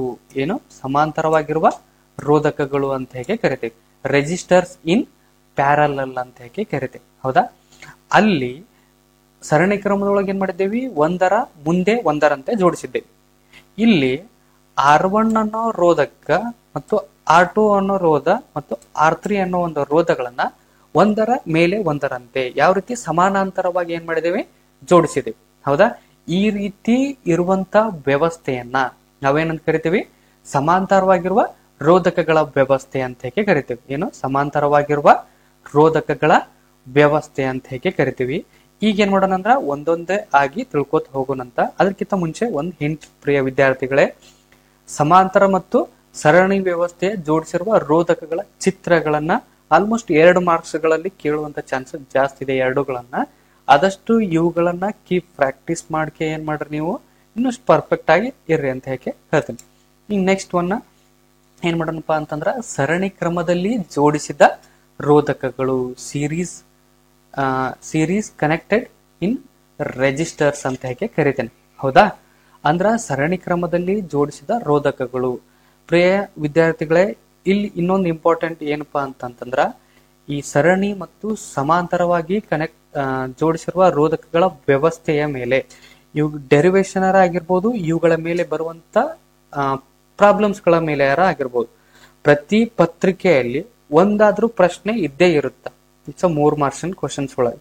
ಆದ ಕಾರಣ ನೀವು ಇವುಗಳ ಮೇಲೆ ಅತಿ ಹೆಚ್ಚು ಇಂಪಾರ್ಟೆನ್ಸ್ ಕೊಡ್ಬೇಕಂತ ಹೇಗೆ ಹೇಳ್ತಿದ್ದೀನಿ. ಇಲ್ಲಿ ನಾವೇನ್ ಮಾಡೇವಿ? ಸರಣಿ ಕ್ರಮದೊಳಗ ಜೋಡಿಸಿರುವಂತ ಒಂದು ರೋಧಕ ವ್ಯವಸ್ಥೆ ಐತಿ. ಇವುಗಳಲ್ಲಿ ಎಷ್ಟು ರೋಧಗಳನ್ನ ತಗೊಂಡೇವಿ? R1 ಅನ್ನೋ ಒಂದು ರೋಧ, R2 ಅನ್ನೋ ಒಂದು ರೋಧ ಮತ್ತು R3 ಅನ್ನುವ 3 ರೋಧಕಗಳನ್ನ ಏನ್ ಮಾಡೇವಿ? ತಗೊಂಡ್ಕೆ ನಾವೇನ್ ಮಾಡೇವಿ? ಅದನ್ನ ಒಂದು ಸೆಲ್ಗೆ ಅಥವಾ ಒಂದಕ್ಕಿಂತ ಹೆಚ್ಚಿರುವಂತ ಒಂದು ಸೆಲ್ಗೆ ನಾವೇನ್ ಮಾಡಿ ಕನೆಕ್ಷನ್ ಮಾಡಿ. ಹೌದಾ, ಈಗ ಒಂದು ಸ್ಟೇಟ್ಮೆಂಟ್ ಇದೆ ಅಲ್ಲಿ ನೋಡ್ರಿ. ರೋಧಕಗಳ ಸರಣಿ ಸಂಯೋಜನೆಯಲ್ಲಿ ಮಂಡಲದ ಪ್ರತಿಯೊಂದು ಭಾಗದಲ್ಲಿ ಮಂಡಲದ ಪ್ರತಿಯೊಂದು ಭಾಗದಲ್ಲಿ ಸಮನಾದ ವಿದ್ಯುತ್ ಪ್ರವಾಹವಿರುತ್ತದೆ ಅಥವಾ ಪ್ರತಿಯೊಂದು ರೋಧಕದ ಮೂಲಕ ಸಮನಾದ ವಿದ್ಯುತ್ ಪ್ರವೇಶಿಸುತ್ತದೆ. ಸಮನಾದ ವಿದ್ಯುತ್ ಇರುತ್ತದೆ ಅಥವಾ ಪ್ರತಿಯೊಂದು ಭಾಗದೊಳಗೂ ಕೂಡ ಏನಿರ್ತೈತಿ? ಸಮನಾದಂತ ವಿದ್ಯುತ್ ಹರಿತೈತಿ ಅಂತ ಹೇಗೆ ಕರಿತೀವಿ. ಫಾರ್ ಎಕ್ಸಾಂಪಲ್, ನಾವು ವಿದ್ಯುತ್ ಪ್ರವಾಹವನ್ನು ಅಳೆಯುವಂತ ಮಾಪನ ಯಾವ್ದಿಲ್ಲಿ ಉಪಕರಣ? ಅಮೀಟರ್ ಅಂತ ಹೇಗೆ ಕರಿತೀವಿ. ಈ ಅಮೀಟರ್ ನ ಇಲ್ಲಿ ಜೋಡಿಸಿದಾಗ ಎಷ್ಟು ರೀಡಿಂಗ್ ತೋರಿಸ್ತಿರ್ತೈತಲ್ಲ ಅಷ್ಟೇ ನಾವು ಈ ಭಾಗದೊಳಗೆ ಜೋಡಿಸಿದಾಗೂ ಅಷ್ಟೇ ತೋರಿಸುತ್ತೆ. ಅದೇ ತರ ಇಲ್ಲಿ ಜೋಡಿಸಿದಾಗೂ ಅಷ್ಟೇ ತೋರಿಸುತ್ತಾ ಅಂತ ಹೇಗೆ ಹೇಳ್ತೇವೆ ನಾವು. ಈ ರೀತಿ ಈ ಸ್ಟೇಟ್ಮೆಂಟ್ ಐತೆ. ಹೌದಾ, ಇಲ್ಲಿ ಜೋಡಿಸಿದಾಗೂ ಅಷ್ಟೇ ತೋರಿಸುತ್ತಾ, ಈ ಭಾಗದೊಳಗೆ ಜೋಡಿಸಿದಾಗೂ ಇಷ್ಟೇ ತೋರಿಸುತ್ತಾ, ಈ ಭಾಗದೊಳಗೂ ಜೋಡಿಸಿದಾಗೂ ಅಷ್ಟೇ ತೋರಿಸುತ್ತೆ. ಯಾಕೆ ತೋರಿಸುತ್ತಾ? ಇದೇನಾಗೈತಿ? ವಿದ್ಯುತ್ ಮಂಡಲ ವ್ಯವಸ್ಥೆ. ವಿದ್ಯುತ್ ಮಂಡಲ ಅಂದ್ರೆ ಏನು? ನಿರಂತರ ಮತ್ತು ಆವೃತ್ತ ಮಾರ್ಗವನ್ನ ಏನಂತ ಕರೆಯುತ್ತೆ? ವಿದ್ಯುತ್ ಮಂಡಲ ಅಂತ ಹೇಗೆ ಕರೆದಿದೆ. ಹೌದಾ, ಇದು ಸರಣಿ ಕ್ರಮದೊಳಗೆ ಜೋಡಿಸಿದ್ರಿಂದ ಇದರೊಳಗೆ ಹರಿಯುವಂತ ವಿದ್ಯುತ್ ಪ್ರವಾಹನು ಏನಾಗಿರ್ತೈತಿ? ಎಲ್ಲಾ ಭಾಗಗಳಲ್ಲೂ ಸಮನಾಗಿರ್ತೈತಿ ಅಥವಾ ಒಂದೇ ತರನಾಗಿರುತ್ತಾ ಅಂತ ಹೇಗೆ ಹೇಳ್ತೇನೆ. ಹೌದು, ಈಗ ನೆಕ್ಸ್ಟ್ ಏನಪ್ಪಾ ನೋಡೋದ್ರ ಅಂತಂದ್ರ ಇಲ್ಲಿ ನೋಡ್ರಿ R1 ಅನ್ನೋ ಒಂದು ರೋಧ ಇದೆ, R2 ಅನ್ನೋ ಒಂದು ರೋಧ ಇದೆ, R3 ಅನ್ನೋ ಒಂದು ರೋಧ ಇದೆ. ಹೌದಾ, ಈ ಮೂರು ರೋಧಗಳಿಗೆ ಅನ್ವಯಿಸುವಂತೆ ಎಕ್ಸ್ ಮತ್ತು ಈ Y ಎಂಬ ಎರಡು ಬಿಂದುಗಳನ್ನ ಇಟ್ಕೊಂಡ್ಕೆ ವಿ ಎನ್ನುವ ಇಲ್ಲ ಒಂದು ವೋಲ್ಟ್ ಮೀಟರ್ ನ ಕನೆಕ್ಟ್ ಮಾಡಿದೆ. ಎಕ್ಸ್ ಮತ್ತು Y ಗಳನ್ನು ಸೇರಿಸಿ ಈ ಎಕ್ಸ್ ಮತ್ತು Y ಗಳು R1, R2, R3 ಎಂಬ ರೋಧಕಗಳನ್ನು ಒಳಗೊಂಡವು. ಈ ಮೂರು ರೋಧಗಳನ್ನ ಒಳಗೊಂಡಿರುವ ರೋಧಗಳನ್ನು ಒಳಗೊಂಡಿರುವ ವಿಭವಾಂತರ ಎಷ್ಟೈತಿ ಅಂದ್ರ ವಿ ಇರುತ್ತೆ. ಹೌದಾ, ಎಕ್ಸ್ ಮತ್ತು Y ಗಳ ಈ ಎರಡು ಬಿಂದುಗಳ ನಡುವಿನ ವಿಭವಾಂತರ ಎಷ್ಟಿರ್ತೈತಿ? ವಿ ಇರುತ್ತೆ. ಅದನ್ನ ಏನಂತ ತಗೊಂಡೇವಿ ನಾವು? ವಿ ಅಂತ ಹೇಗೆ ತಗೊಂಡೇವಿ. ಈ ವಿ1, ವಿ2 ಮತ್ತು ವಿ3 ವಿಭವಾಂತರಗಳ ಮೊತ್ತಕ್ಕೆ ಏನಾಗಿರ್ತೈತಿ? ಸಮನಾಗಿರುತ್ತದೆ ಅಂತ ಹೇಗೆ ಹೇಳ್ಯಾರ. ಅಂದ್ರ ಈ ಎಕ್ಸ್ ಮತ್ತು ಏನ್ Y ಅಂತ ಹೇಗೆ ತಗೊಂಡೇವಲ್ಲ, ಇವು R1, R2 ಪ್ಲಸ್ R3 ಎಂಬ ಈ ಮೂರು ರೋಧಗಳನ್ನು ಒಳಗೊಂಡಿರೋ ವಿಗೆ ಬೈ ಚಾನ್ಸ್ ಈ R1 ಒಂದು ವೋಲ್ಟ್ ಮೀಟರ್ ನಾ ಇಲ್ಲಿ ಕನೆಕ್ಟ್ ಮಾಡಿದೆ, ಅದೇ ತರ R2 ಇಲ್ಲೊಂದು ಕನೆಕ್ಟ್ ಮಾಡಿದ್ನೆ, ಅದೇ ತರ R3 ಒಂದು ಇಲ್ಲಿ ಕನೆಕ್ಟ್ ಮಾಡಿದ್ನೆ ಅಂತಂದ್ರ ಈ ಮೂರುಗಳ ಬೆಲೆ ಏನಾಗಿರ್ತದಲ್ಲ, ಈ ಬರುವಂತ ಒಂದೇ ಒಂದು ರೋಧ ಇತ್ತಲ್ಲ, ವಿಭವಾಂತರ ಇತ್ತಲ್ಲ, ಆ ವಿಭವಾಂತರಕ್ಕೆ ಏನಾಗಿರ್ತೈತಿ? ಸಮನಾಗಿರುತ್ತದೆ ಅಂತ ಹೇಗೆ ಕರಿತಾನೆ. ಈಗ ಏನ್ ಮಾಡ್ತೀನಪ್ಪ ಅಂತಂದ್ರ ಅದನ್ನ ಮ್ಯಾಥಮೆಟಿಕಲಿ ರೀಪ್ರೆಸೆಂಟ್ ಮಾಡ್ಕೊಂಡಾಗ ವಿ ಈಕ್ವಲ್ ಟು ವಿ1 ಪ್ಲಸ್ ವಿ2 ಪ್ಲಸ್ ವಿ3 ಅಂತ ಹೇಗೆ ಕರಿತೀವಿ ಈಕ್ವೇಶನ್ ರೂಪದೊಳಗೆ ಬರ್ದಾಗ. ಇದನ್ನ ಏನ್ ಮಾಡಕತ್ತೀನಿ? ಆ ಎಂಬ ಒಂದು ಸಮೀಕರಣ ಅಂತ ಹೇಗೆ ಹೆಸರನ್ನ ಕೊಡಕತ್ತೀನಿ. ಆ ಎಂಬ ಒಂದು ಸಮೀಕರಣದ ಹೆಸರನ್ನು ನೀಡಾಕತ್ತೀನಿ. ಈಗ ಏನ್ ಮಾಡ್ತೀನಪ್ಪ ಅಂತಂದ್ರ ಈ ವಿದ್ಯುತ್ ಮಂಡಲಕ್ಕ ಈ ಇಕ್ವೇಶನ್ ಏನ್ ಮಾಡಕತ್ತೀನಿ ನಾನು? ಓಮ್ಸ್ ನ ನಿಯಮವನ್ನ ಅನ್ವಯಿಸನಂತಿ. ಏನ್ ಮಾಡೋಣ? ಓಮ್ಸ್ ನ ನಿಯಮವನ್ನ ಅನ್ವಯಿಸಿ. ಈ ಮ್ಯಾಥಮೆಟಿಕಲ್ ಇಕ್ವೇಶನ್ಸ್ ಬಂತಲ್ಲ, ಈ ವಿ ಈಕ್ವಲ್ ಟು ವಿ1 ಪ್ಲಸ್ ವಿ2 ಪ್ಲಸ್ ವಿ3 ಇದಕ್ಕ ಈ ಒಟ್ಟು ವಿದ್ಯುತ್ ಮಂಡಲಕ್ಕ ನಾ ಏನ್ ಮಾಡಕತ್ತೀನಿ? ಈಗ ಓಮ್ ನ ನಿಯಮವನ್ನ ಅನ್ವಯಿಸಿದಾಗ ಏನಾಗುತ್ತಪ್ಪ ಅಂತಂದ್ರ V equal to I R S ಬರ್ತೈತಿ. ಓಮ್ಸ್ ನ ನಿಯಮ ಏನೈತಿ? V equal to I R ಅಂತ ಹೇಗೆ ಕರಿತೀವಿ. V equal to I R ಅಂತ ಹೇಗೆ ಕರಿತೀವಿ. ಅದನ್ನ ಓಮ್ಸ್ ನ ನಿಯಮವನ್ನ ಈ ಸರಣಿ ಕ್ರಮದೊಳಗ ಜೋಡಿಸಿರುವಂತ ವಿದ್ಯುತ್ ಮಂಡಲಕ್ಕೆ ಅನ್ವಯಿಸಿದಾಗ V equal to I R S ಆಗುತ್ತೆ. ಎಸ್ ಆಗಿ ಬರ್ಕೊಂಡು ನಾನಿಲ್ಲಿ ಸರಣಿ ಕ್ರಮದೊಳಗೆ ಜೋಡಿಸಿದ್ದೀವಿ. ಹೌದಾ, ಅದನ್ನ ಇಂಗ್ಲಿಷ್ ಒಳಗೆ ಏನಂತ ಕರಿತೀವಿ? ಸೀರೀಸ್ ಅಂತ ಹೇಗೆ ಕರಿತೀವಿ. ಹೌದಾ, ಸೀರೀಸ್ ಅಂತ ಕರೆಯೋ ಸಲುವಾಗ ಎಸ್ ಅಂತ ಹೇಗೆ ತಗೊಂಡೆ. ಹೌದು, ಒಟ್ಟು ಮಂಡಲಕ್ಕೆ ಈಗ ಅಪ್ಲೈ ಮಾಡ್ಕೊಂಡಾಗ V equal to I R S ಇದನ್ನ ಸಮೀಕರಣ 1 ಅಂತ ಹೇಗೆ ತಗೋತೀನಿ.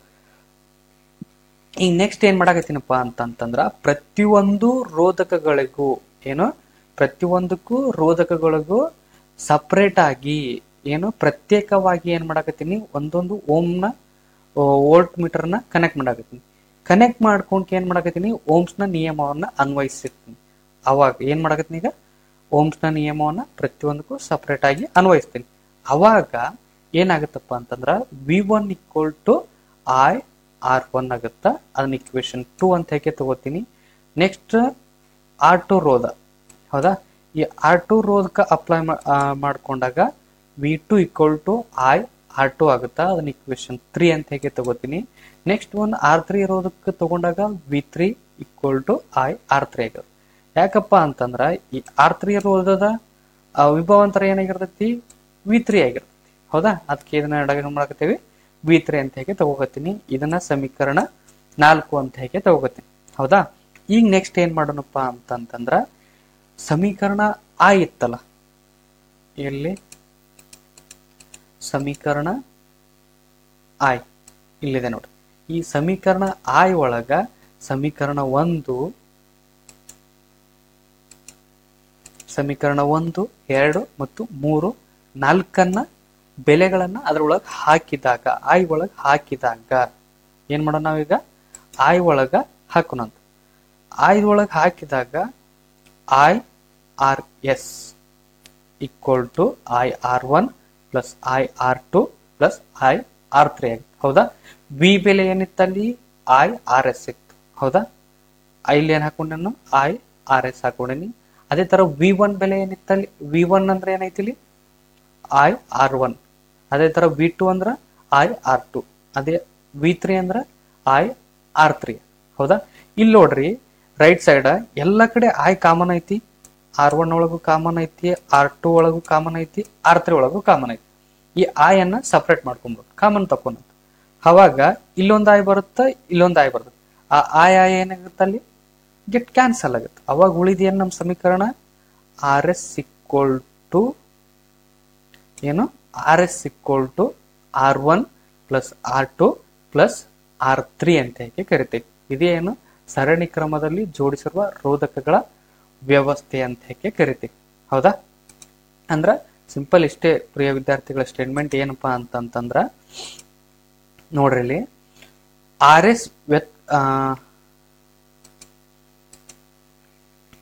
RS ವೈಯಕ್ತಿಕ ರೋಧಕಗಳಾದ R1 R2 R3ಗಳ ಮೊತ್ತಕ್ಕೆ ಏನು RS ವೈಯಕ್ತಿಕ ರೋಧಕಗಳಾದ R1 R2 R3ಗಳ ಮೊತ್ತಕ್ಕೆ ಸಮನಾಗಿರುತ್ತದೆ ಮತ್ತು ಯಾವುದೇ ಒಂದು ರೋಧಕ್ಕಿಂತ ಏನಾಗಿರ್ತತಿ ಹೆಚ್ಚಾಗಿರುತ್ತದೆ ಎಂದು ನಾವು ತೀರ್ಮಾನಿಸುತ್ತೇವೆ ಅಂತ ಐತಿ. ಹೌದಾ? ಸಿಂಪಲ್ ಇಷ್ಟೇ. ಏನ್ ಮಾಡಿದೆ ನಾವು ಇಲ್ಲಿ ಇಕ್ವೇಶನ್ಸ್ ಕಂಡು ಹಿಡ್ಕೊಂಡಿದ್ದೇವಿ. ಈ RS ಬೆಲೆ ಏನೈತಲ್ಲ, ಈ R1 R2 R3ಗಳನ್ನ ಕೂಡಿಸಿದಾಗ ಎಷ್ಟು ಬರುತ್ತಲ್ಲ ಅಷ್ಟಕ್ಕ ಈ RS ಬೆಲೆ ಏನಾಗಿರ್ತೈತಿ ಸಮನಾಗಿರುತ್ತದೆ ಅಂತ ಹೇಳ್ತೀವಿ.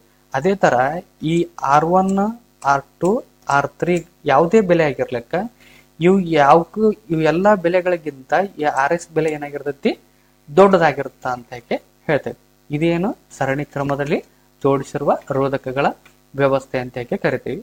ಈಗ ನೆಕ್ಸ್ಟ್ ಒನ್ನ ಏನ್ ನೋಡೋಣಪ್ಪ ಅಂತಂದ್ರ ಸಮಾಂತರವಾಗಿ ಜೋಡಿಸಿರುವ ರೋಧಕಗಳ ವ್ಯವಸ್ಥೆ ಬಗ್ಗೆ ತಿಳ್ಕೊನಂತ. ರೆಜಿಸ್ಟರ್ಸ್ ಕನೆಕ್ಟೆಡ್ ಇನ್ ಪ್ಯಾರಲಲ್ ಅಂತ ಕರಿತೀವಿ. ಈ ಡೆರಿವೇಶನ್ಸ್ ಕೂಡ ನಮ್ಗೆ ಏನಾಗುತ್ತಾ 3 ಮಾರ್ಕ್ಸ್ಗೆ ಬರುವಂತ ಚಾನ್ಸಸ್ ಇರುತ್ತಾ. ಆದಷ್ಟು ಪ್ರಾಕ್ಟೀಸ್ ಮಾಡ್ರಿ. ನೋಡ್ರಿ ಈ ಸರ್ಕ್ಯೂಟ್ ಡಯಾಗ್ರಾಮ್ ಗಮನಿಸ್ರಿ. ಇಲ್ಲಿ ಏನ್ ಮಾಡಿ ನಾವು R1 ಮತ್ತು R2 R3 ರೋಧಗಳನ್ನ R1 R2 R3 ರೋಧಗಳನ್ನ ನಾವೇನ್ ಮಾಡಾವಿ ಇಲ್ಲಿ ಸಮಾಂತರವಾಗಿ ಜೋಡಿಸಿದೀವಿ. ಹೌದಾ? ಈ ಸರ್ಕ್ಯೂಟ್ ಡಯಾಗ್ರಾಮ್ ನ ಒಂದ್ಸರಿ ನೋಡ್ಕೋರಿ. ಆ ನಂತರ ಸ್ಟೇಟ್ಮೆಂಟ್ ಬರೀಲಿ. ಒಟ್ಟು ವಿದ್ಯುತ್ ಪ್ರವಾಹವು ಆಯು ಸಂಯೋಜನೆಯ ಪ್ರತಿಯೊಂದು ವಿಭಾಗದ ಮೂಲಕ ಪ್ರತ್ಯೇಕವಾಗಿ ಪ್ರವೇಶಿಸುವ ವಿದ್ಯುತ್ ಪ್ರವಾಹಗಳ ಮೊತ್ತಕ್ಕೆ ಏನಾಗಿರ್ತೈತಿ ಸಮನಾಗಿರುತ್ತದೆ ಅಂತ ಹೇಳಕತ್ತ. ಹೌದಾ? ನೋಡ್ರಿ, ಒಟ್ಟು ವಿದ್ಯುತ್ ಪ್ರವಾಹವು ಆಯ್ ಸಂಯೋಜನೆಯ ಪ್ರತಿಯೊಂದು ವಿಭಾಗದ ಮೂಲಕ ಪ್ರತ್ಯೇಕವಾಗಿ ಪ್ರವೇಶಿಸುವ ವಿದ್ಯುತ್ ಪ್ರವಾಹದ ಮೊತ್ತಕ್ಕೆ ಏನಾಗಿರ್ತೈತಿ ಸಮನಾಗಿರುತ್ತದೆ. ಅಂದ್ರ ಇಲ್ಲಿ ಈ ಭಾಗದೊಳಗ ಇಲ್ಲಿ ಬರೋದನ್ನ ಏನಾಗಿರ್ತೈತಿ ಆಯ್ ಆಗೈತಿ. ಹೌದಾ? ಇದ್ರ ಮೂಲಕ ಬರುವಂತ ವಿದ್ಯುತ್ ಪ್ರವಾಹ ಇಲ್ಲಿಗೆ ಬಂದಕ್ಕೆ ಏನಾಗುತ್ತ ಸಪರೇಟ್ ಆಗುತ್ತೆ. ಈ ಕಡೆ ಹೋದಾಗ I1 ಆಗುತ್ತ, I2 ಆಗುತ್ತ, I3 ಆಗುತ್ತ. ಈ I1 I3 I2 I3ಗಳು ಈ ಮೂರುಗಳ ಮೊತ್ತ ಎದಕ್ ಸಮನಾಗಿರುತ್ತ ಆಯ್ಗೆ ಸಮನಾಗಿರುತ್ತದೆ. ಎದಕ್ ಸಮನಾಗಿರುತ್ತದೆ ಆಯ್ಗೆ ಸಮನಾಗಿರುತ್ತೆ. ಇದನ್ನ ಇಕ್ವೇಶನ್ ರೂಪದೊಳಗೆ ಬರ್ಕೊಂಡಾಗ ಏನಾಗುತ್ತ I equal to I1 plus I2 plus I3. ಇಲ್ಲಿ V ಕಾನ್ಸ್ಟೆಂಟ್ ಇರುತ್ತೆ. ಯಾಕಪ್ಪ ಅಂತಂದ್ರ ನೋಡ್ರಿ ಇಲ್ಲಿ R1 R2 R3 ಈ R1 ಎ ಬಿಂದುವಿನಿಂದನ ಹೋಗುತ್ತ, ಅದೇ ಬಂದು ಬಿ ಬಿಂದುವಿಗೆ ಎಂಡ್ ಆಗುತ್ತೆ. ಅದೇ ತರ R2 ಕೂಡ ಎ ಇಂದ ಬಿ ಗೆ ಇದೆ, R3 ಕೂಡ ಎ ಇಂದ ಬಿ ಗೆ ಇದೆ. ಹೌದಾ?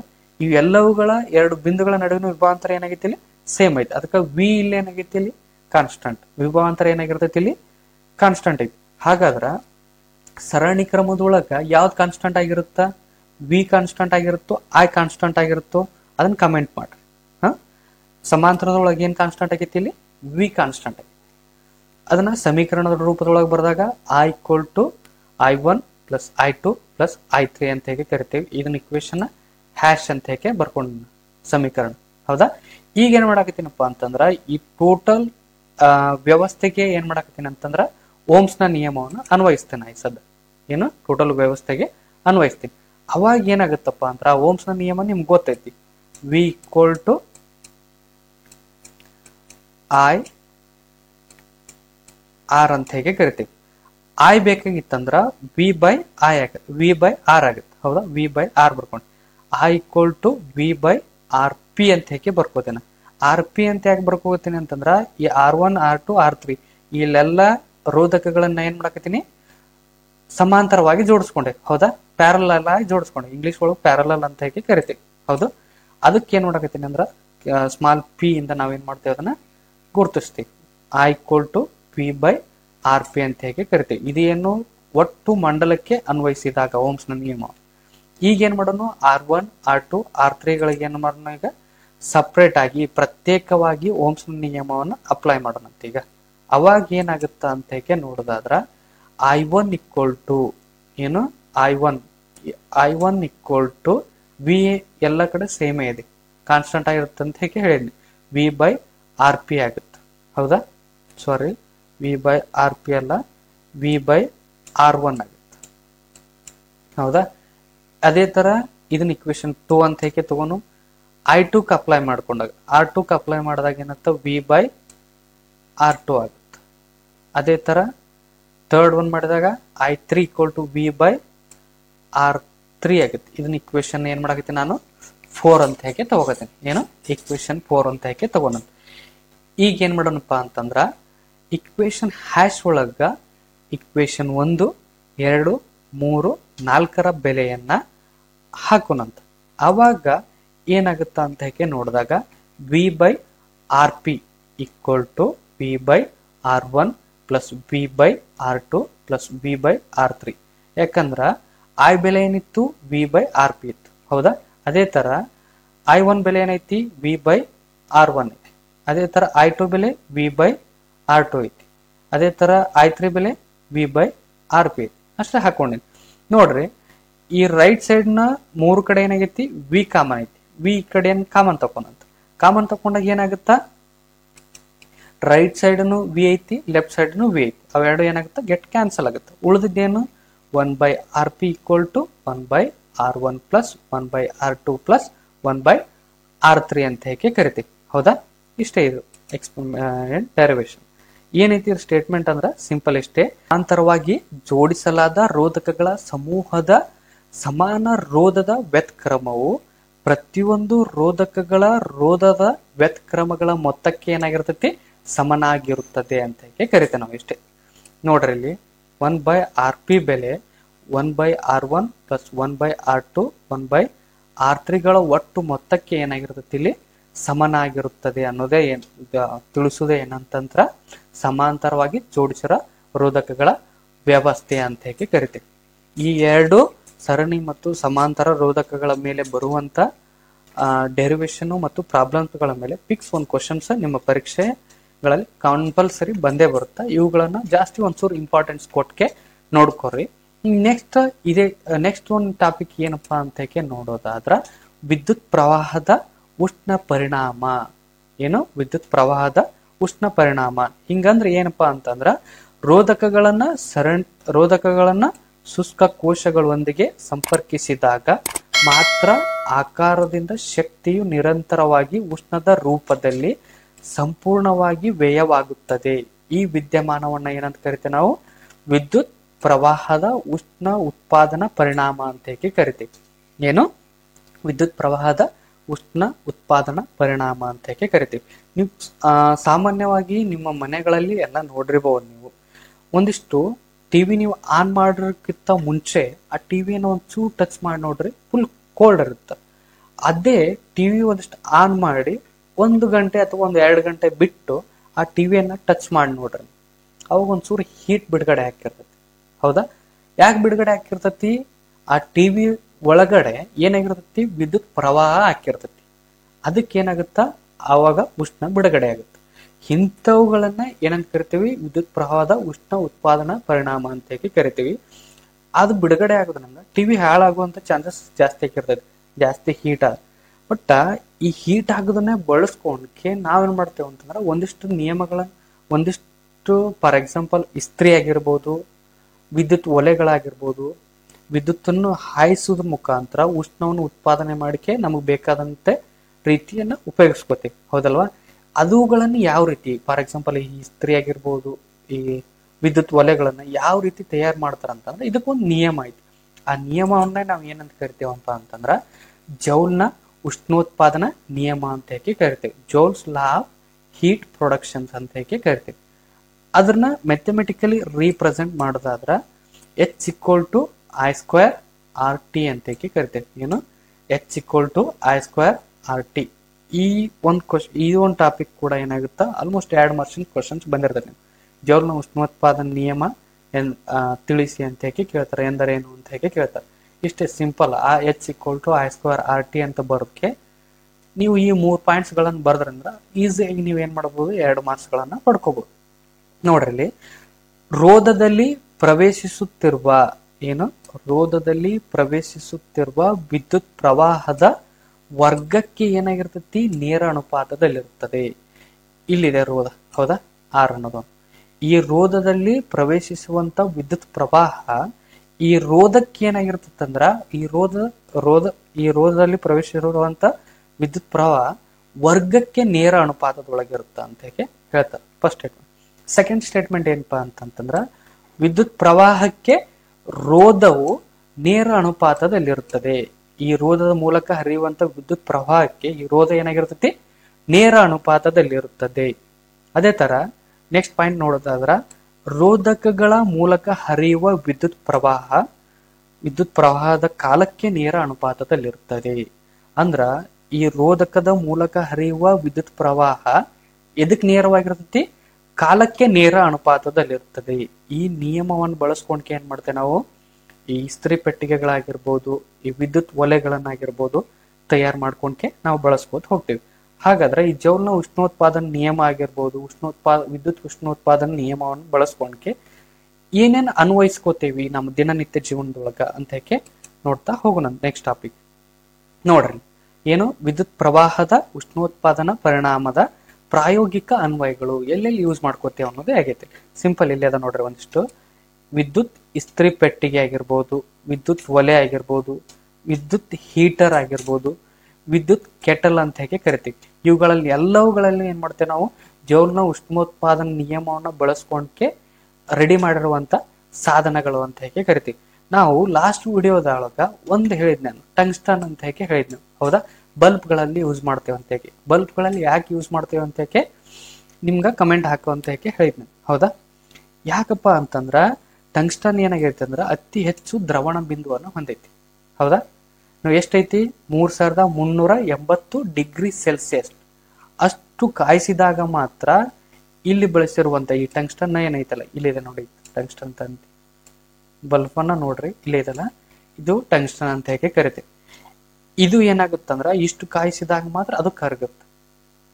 ಅದಕ್ಕಾಗಿ ಈ ಟಂಗ್ಸ್ಟನ್ ಏನ್ ಮಾಡ್ತೇವೆ ಅಂದ್ರ ಬಲ್ಬ್ ಗಳಲ್ಲಿ ಬಳಸ್ತೇವೆ. ಮತ್ತ ಇನ್ನೊಂದು ಇದು ಏನಾಗಿರ್ತೈತಿ, ಅತಿ ಹೆಚ್ಚು ಬೆಳಕನ್ನ ಕೊಡ್ತೈತಿ. ಅಂದ್ರೆ ಬೆಳಕು ಮೀನ್ಸ್ ಉಷ್ಣವನ್ನು ಬಿಡುಗಡೆ ಮಾಡುತ್ತದೆ. ಅದಕ್ಕೆ ಏನ್ ಮಾಡ್ಕೋತೇವಿ, ಈ ಟಂಗ್ಸ್ಟನ್ ಬಲ್ಬ್ ಗಳಲ್ಲಿ ಬಳಸ್ತೇವೆ. ನೆಕ್ಸ್ಟ್ ಪಾಯಿಂಟ್ ನೋಡ್ರಿ, ತಂತಿಯ ದೀರ್ಘಕಾಲ ಬಾಳಿಕೆಗಾಗಿ ಬಲ್ಬ್ ನ ಒಳಗಡೆ ಏನ್ ಮಾಡ್ತೇವೆ ನಾವು, ನೈಟ್ರೋಜನ್ ಮತ್ತು ಆರ್ಗನ್ ಅಂತ ಕಡಿಮೆ ಕ್ರಿಯಾಶೀಲವಾದಂತ ಅನಿಲಗಳನ್ನ ಬಳಸ್ತೀವಿ. ಅಂದ್ರ ಬಲ್ಬ್ಗಳು ಸಡನ್ ಆಗಿ ಒಂದಿಷ್ಟು ಒಡಿಬಾರ್ದು ಅಂತ ಹೇಳಿ ಅದ್ರೊಳಗಿರುವಂತ ವಾಹಕ ಹಾಳಾಗ್ಲಾರ್ದಂಗ ಜಾಸ್ತಿ ದಿನ ಬಾಳಿಕೆ ಬರಲಿ ಅನ್ನೋ ಸಲುವಾಗಿ ನಾವೇನ್ ಮಾಡ್ತೇವಿ, ಬಲ್ಬ್ಗಳಲ್ಲಿ ನೈಟ್ರೋಜನ್ ಮತ್ತು ಆರ್ಗನ್ ಅಂತ ಗ್ಯಾಸ್ ಗಳನ್ನ ನಾವೇನ್ ಮಾಡ್ತೇವೆ ಅಂತ ಅನಿಲಗಳನ್ನ ಏನ್ ಮಾಡ್ತೇವೆ ನಾವು ತುಂಬ್ತೇವೆ. ಇದೇ ತರನಾಗಿ ಇನ್ನೂ ಹಲವಾರು ರೀತಿ ಈ ವಿದ್ಯುತ್ ಉಷ್ಣೋತ್ಪಾದನಾ ನಿಯಮವನ್ನು ಬಳಸ್ಕೋತೀವಿ. ಇವುಗಳ ಪಾಯಿಂಟ್ಸ್ ಗಳನ್ನ ಬಿಟ್ಟು ನಿಮಗೇನ್ರ ಗೊತ್ತಿತ್ತಂದ್ರ ಕಮೆಂಟ್ ಸೆಕ್ಷನ್ ಒಳಗೆ ಏನ್ ಮಾಡ್ರಿ, ನೀವು ಕಮೆಂಟ್ ಮಾಡ್ರಿ, ಹೌದಾ. ಈಗ ನೆಕ್ಸ್ಟ್ ಈ ಚಾಪ್ಟರ್ ಲಾಸ್ಟ್ ಟಾಪಿಕ್ ಕಿಂತ ಮುಂಚೆ ಇನ್ನೊಂದು ಟಾಪಿಕ್ ನೋಡೋಣ ಅಂತ.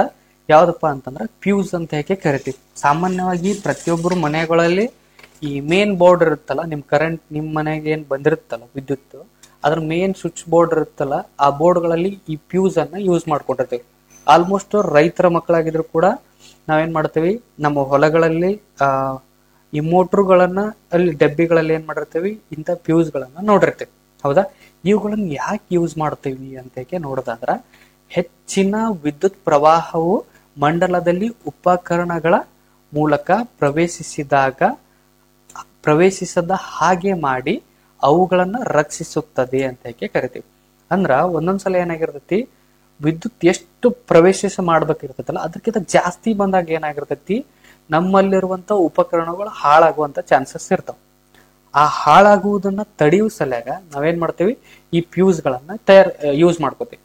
ಇಲ್ಲಿದೆ ನೋಡ್ರಿ ಫ್ಯೂಸ್. ಈ ಫ್ಯೂಸ್ ಗಳ ನಡಬರ್ಕ ಒಂದು ಇಲ್ಲಿ ತಂತಿಯನ್ನ ಹಾಕಿರ್ತೀವಿ, ಹೌದಾ, ಒಂದು ವಾಹಕವನ್ನ ಹಾಕಿರ್ತೀವಿ. ಈ ವಾಹಕ ಏನ್ ಮಾಡತ್ತಪ್ಪ ಅಂತಂದ್ರ ಎಷ್ಟು ಬರ್ಬೇಕಿರ್ತದಲ್ಲ ಅದಕ್ಕಿಂತ ಜಾಸ್ತಿ ಏನಾರ ವಿದ್ಯುತ್ ಪ್ರವಾಹ ಹಾಕಿತ್ತಂದ್ರ ಇದು ಬ್ರೇಕ್ ಆಗುತ್ತೆ. ಅವಾಗ ಏನಾಗುತ್ತ, ಕನೆಕ್ಷನ್ ತಪ್ಪು ಹೋಗುತ್ತೆ. ಅವಾಗ ನಮ್ಮ ಮನೆಗಳಲ್ಲಿ ಅಥವಾ ನಮ್ಮ ವಿದ್ಯುತ್ ಮಂಡಲದ ಉಪಕರಣಗಳೇನಾಗುತ್ತ, ನಾಶ ಆಗದೆ ಇರೋ ತರ ನೋಡ್ಕೋತೈತಿ. ಇದನ್ನ ಯಾವ ರೀತಿ ಜೋಡಿಸಿರ್ತೇವೆ ಅಂತಂದ್ರ ಸರಣಿ ಕ್ರಮದೊಳಗೆ ಏನ್ ಮಾಡಿರ್ತೇವೆ, ಇದನ್ನ ಜೋಡಿಸಿರ್ತೇವೆ. ಸರಣಿ ಕ್ರಮದೊಳಗೆ ಜೋಡಿಸಿದಾಗ ಮಾತ್ರ ಇದ್ರ ಮುಂದ್ಗಡೆ ಇರುವಂತ ಎಲ್ಲಾ ಉಪಕರಣಗಳ ಜಾಸ್ತಿ ಏನಾರ ವಿದ್ಯುತ್ ಪ್ರವೇಶ ಮಾಡ್ಲಾರ ತಡೆ ಹಿಡಿಯಬೇಕು. ಬೈ ಚಾನ್ಸ್ ಸಮಾಂತರವಾಗಿ ಜೋಡಿಸಿದ್ದೇವಂದ್ರ ಯಾವ ಭಾಗಕ್ಕೆ ಜೋಡಿಸಿರ್ತೇವಲ್ಲ ಆ ಭಾಗಕ್ಕೆ ಮಾತ್ರ ಏನು ಹಾನಿ ಆಗ್ಲಾರ ನೋಡ್ಕೋತೇವೆ. ಬಟ್ ಉಳಿಕಿದ ಭಾಗಕ್ಕೆ ಏನಾಗುತ್ತೆ, ಹಾನಿ ಆಗುವಂತ ಚಾನ್ಸಸ್ ಇರ್ತೈತಿ. ಅದಕ್ಕಾಗಿ ಫ್ಯೂಸ್ ಗಳನ್ನ ನಾವ್ ಏನ್ ಮಾಡ್ತೇವಿ, ಸರಣಿ ಕ್ರಮದೊಳಗ ಜೋಡಿಸಿರ್ತೇವೆ. ಈ ಮಿಡಲ್ ಏನು ವಾಹಕವನ್ನು ಬಳಸಿರ್ತೇವೆ ಅಂತ ಹೇಳಿದ್ನಲ್ಲ, ಈ ವಾಹಕವನ್ನು ಏನ್ ಮಾಡಿರ್ತೇವೆ ಅಂತಂದ್ರ ಲೋಹ ಅಥವಾ ಮಿಶ್ರ ಲೋಹಗಳ ತಂತಿಯಿಂದ ನಾವೇನ್ ಮಾಡ್ತೇವೆ, ತಯಾರಿಸ್ತೇವೆ ಅಂತ ಹೇಳಿ ಕರಿತೀವಿ. ಅದನ್ನ ಫಾರ್ ಎಕ್ಸಾಂಪಲ್ ತಾಮ್ರ, ಕಬ್ಬಿನ ಸೀಸ ಅಂತ ಹೇಳಿ ಕರಿಬಹುದು. ಈ ಚಾಪ್ಟರ್ನ ಲಾಸ್ಟ್ ಟಾಪಿಕ್ ಏನಪ್ಪಾ ಅಂತಂದ್ರ ವಿದ್ಯುತ್ ಸಾಮರ್ಥ್ಯ ಅಂತ ಹೇಳಿ ಕರಿತೀವಿ. ಏನು, ವಿದ್ಯುತ್ ಸಾಮರ್ಥ್ಯ, ಎಲೆಕ್ಟ್ರಿಕಲ್ ಕೆಪಾಸಿಟಿ ಅಂತ ಹೇಳಿ ಕರಿತೀವಿ. ಹೇಗನಪ್ಪ ಹಿಂಗಂದ್ರ ಅಂತಂದ್ರ ವಿದ್ಯುತ್ ಮಂಡಲದಲ್ಲಿ ಶಕ್ತಿ ಬಳಕೆಯಾಗುವ